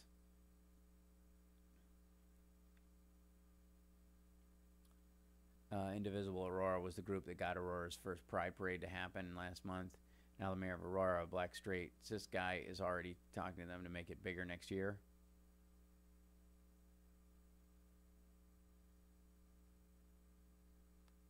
This is intersectionality in action. How so?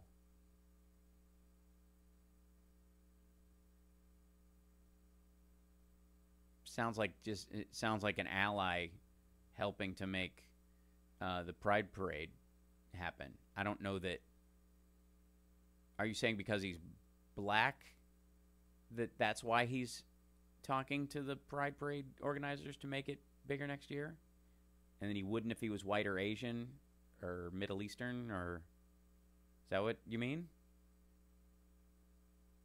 Same with Google and YouTube, but Google has started to encrypt their own server to server connections to minimize outside people spying on them.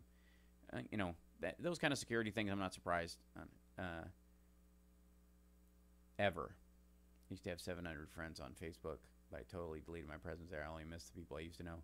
Yeah, I mean, I have it, but I've kind of ghosted my Facebook page. My agent hates it because everybody thinks that's the way.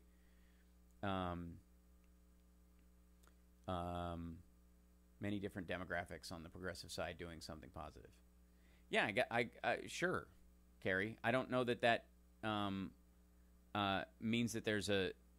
I mean, I think what's actually happened is you've got a progressive, who is interested in helping the gay pride organization. I think it's his race, sex, or gender identity are relatively meaningless to his decision-making process, because I mean, when Gavin Newsom was mayor of San Francisco, I marched with him from Harvey Milk Square, for marriage equality. He's white, cis, het male, and he cares a lot about the issue. Always did. That you wouldn't consider that intersectionality, though. You just can, you know what I mean? Like I don't know what that. Yeah. Anyways, Aurora has the most Latino people in Illinois outside of Chicago. Okay. Is it sad that I enjoy remaining in my cave when it comes to political affairs these days, but when I want to know what's currently going on, I go to hell? No, I try to be helpful that way. I try to keep people informed on that stuff. It's like if you're not on Facebook anymore, you're not a person or alive sometimes. You know, Ellie, that's the thing about social media. Is I think that's just a feeling. I don't know that that's true, and I think most people have a lot more personal interactions in the course of their day than they're even aware of. And sometimes being on social media, especially Facebook, like Twitter's short bursts, and you're still back with your people. Facebook with posting and like kind of the weight of the amount of volume of stuff that goes into that is I think it takes up more of your time and effort than than Twitter or watching something on YouTube. You know what I mean? And I think social media should be in short bursts. We talk about the lack of people having a short attention span kind of aspect of social media, when that's what it should be for. Your long attention span should be for the people that are in your actual life. Hal, you're so helpful. I was just thinking of the great service you provide by being here every week and bringing down for us. Thank you. Thank you, Julie. I'm glad you guys are here. So many people are deleting Facebook. I only have it for Windy City Times and the Legacy Project. Yeah. Depends on the demographic, I think. You reach different people for different things on different platforms. The people who juggle them effortlessly inspire them. Yeah. Yeah, I don't know that people do. If Gavin Newsom ran for president, I wouldn't rule out voting for him. I'd vote for him. He's a good human being. He really is. I'm glad you're a Hal head too, Charles. I'm lucky to have more than one head. Huh? Not true. I'm not on Facebook at all. I take a line from Get Smart and loving it. Social media destroys in-person interaction filters. Maybe. I mean, I think you can do it, and you can be involved. I think you set rules for yourself. I'm a big believer in when you first sit down at the table and when the check comes, you're allowed to be on your phones. Anytime in between, you get 3 to 5 minutes. If you're the kind of person who takes a picture of their food, you get a window till the food has been delivered, and you can take one picture of it. And then the entire time you're consuming your food to when the check comes, you don't post or do anything. And then you can take pictures all you want, but you don't post them. And then just like if you had a camera, and then after when the check comes, in between the bill arriving and you paying and change or the card coming back, you can get back on your phone and social media or whatever. But that's a good general rule when you're with friends out for an evening and you're still doing social media kind of things. And it's a good rule to just start with. You may decide after a while you just I don't even pick out my phone at all. That's on you. But I think as a general rule, most groups of friends I've been around were like, hey, this is the general rule, guys. When you sit down, you go, okay, no phones after we start eating and until they drop off the check and come and get it, whatever the payment is. As soon as the waiter has taken the payment and has gone away to get your change or bring the cards back or run cards or whatever, that's when you can start doing it again. But that whole middle part at a meal with friends or family or whatever, none of it. Everybody puts their phone away. So, there's a truck backing up, I think. My general rule is I don't own a cell phone. How very 1991 of you. Do you have a beeper? Just a reminder, hit the thumbs up if you haven't yet. Yeah, that's true. Meanwhile, like and subscribe. Switch to a full VPN and secure encrypted email for all my personal stuff, avoiding the bubble created by all this content being molded to the user so you can stop seeing things outside your interests. I completely agree, Can't Stop Lying. I use a VPN as well.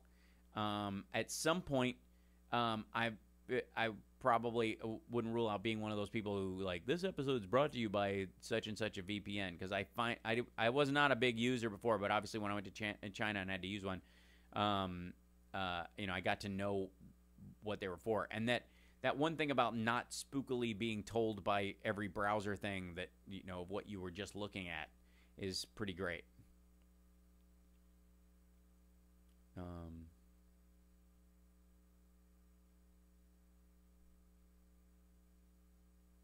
I use a VPN now so I can pay in dollars. Yeah, that's right, Julie. Yeah, if it's one of those things Tom, is always saying he can't, set up, can't do Super Chat because he's in Canada. You can do that, actually, if you use a VPN and just let it think you're in the States. It works. I had a flip phone until 6 months ago. I miss it. What are you, an FBI agent? I think that's smart, Carrie. really focusing on the experience of them.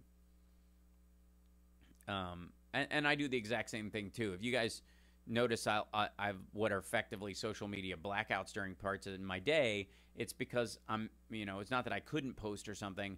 It's that I'm just choosing not to. I'm spending time with Camden, or or we're doing something, or I'm with, I'm doing work around the house or whatever, and I'm not. I take specific breaks if I'm gonna do those kind of things, But yeah, so VPNs are for prawn reference to that old demented unlicensed Muppet shows on the internet. Yeah.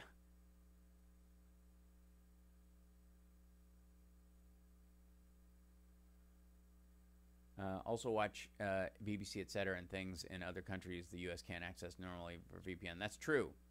I spent time talking to people I sat with at your Chicago Live. That's awesome. Who is on the phone more, you or Summer? We both use it mostly for work. I certainly do more social media posting than she does, unless there's a pet drive or something political that we're both into at the same time. I'm probably on there, certainly on Twitter more. But again, when we're together, I compartmentalize my time, so I'm not, just constantly on my phone distracted. Sometimes I'll get on a tear and I just kind of disappear into it for a little while, and I either, if it's happening, I'll let her know beforehand, but if I'm in the middle of it, I just kind of get lost in it and then come out and go, hey, sorry, I was in a flame war.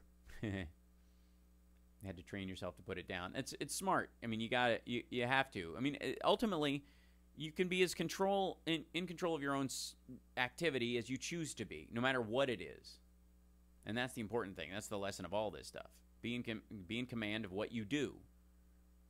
If you're and it's funny because I get a lot of people on here like you are too, saying I'm still not on Twitter. There's a ton of people who just who believe what we believe and feel very strongly about progressive ideals and stuff, but they're just not on social media, and they're certainly not on YouTube.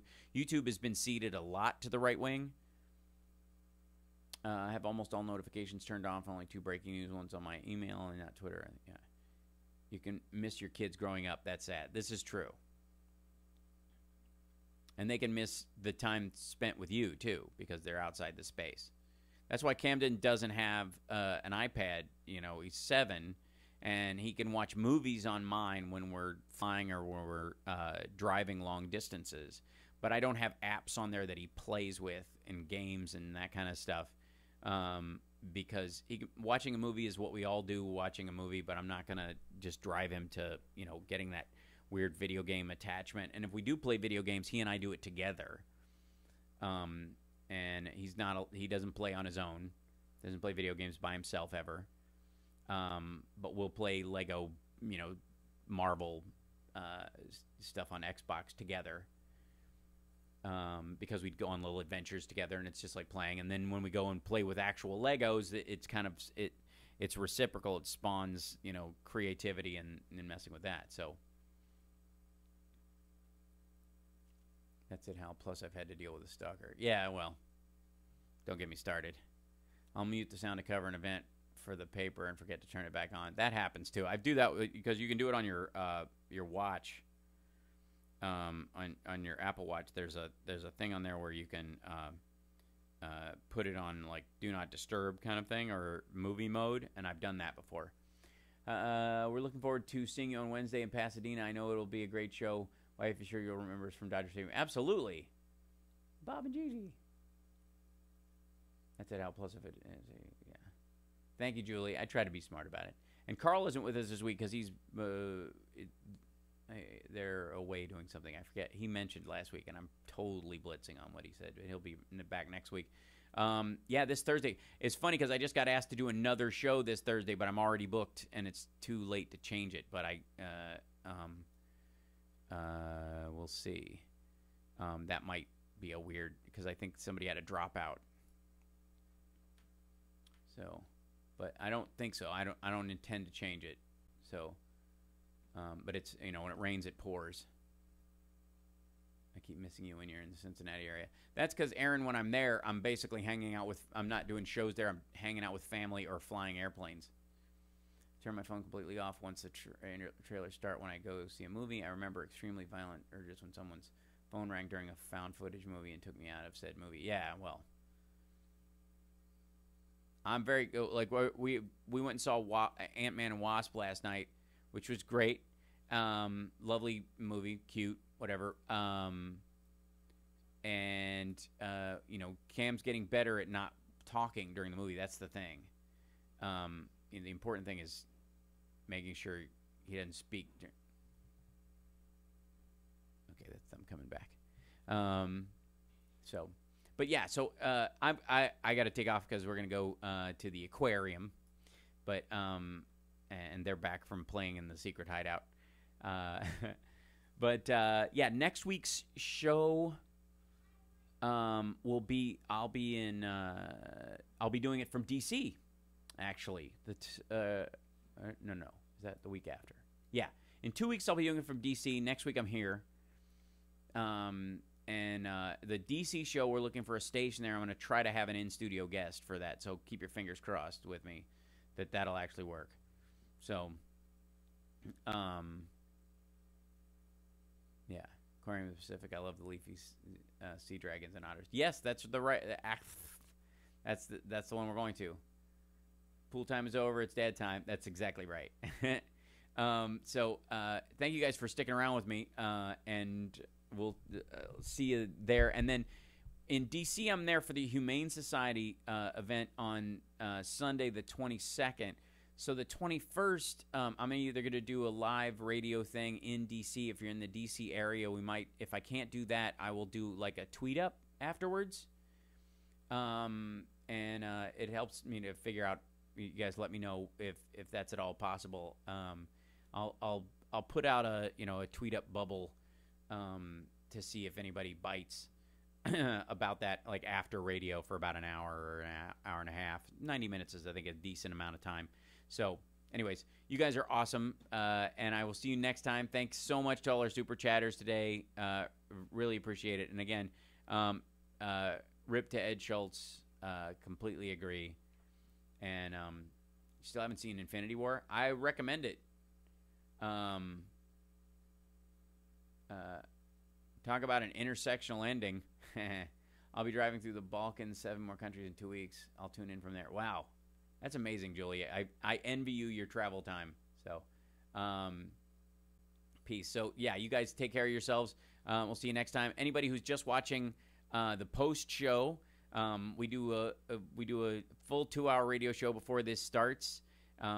This part is just the post show, and we gather and talk about whatever people want to talk about, and kind of extension of the show itself. And join us here, like and subscribe the channel, and you can join in the chat. And eventually, if you're with us long enough, you get a blue patch and all the stuff that goes with it. So, by the way, anybody who's coming to the upcoming shows that I have listed, don't forget you have a blue patch which entitles you to an extra ticket, so you can bring somebody. Just let them know ahead of time, and show it. But anyways, we'll talk more about that as the shows come on. I've got a bunch of shows coming up in September. I'll be in China most of August, but I will be with you as much as I can. Richard Hunter is probably going to be filling in for me on a couple of days while I'm in China. I talked to him this week about doing that, and I think you'll all love him. He's a great friend of mine. But we'll talk more about that in the future. You guys are awesome. Don't forget to like and subscribe. We'll see you next time. Okay, bye-bye. That's me doing the post-show tale. But thank you guys so much. I'll see you next time. Bye.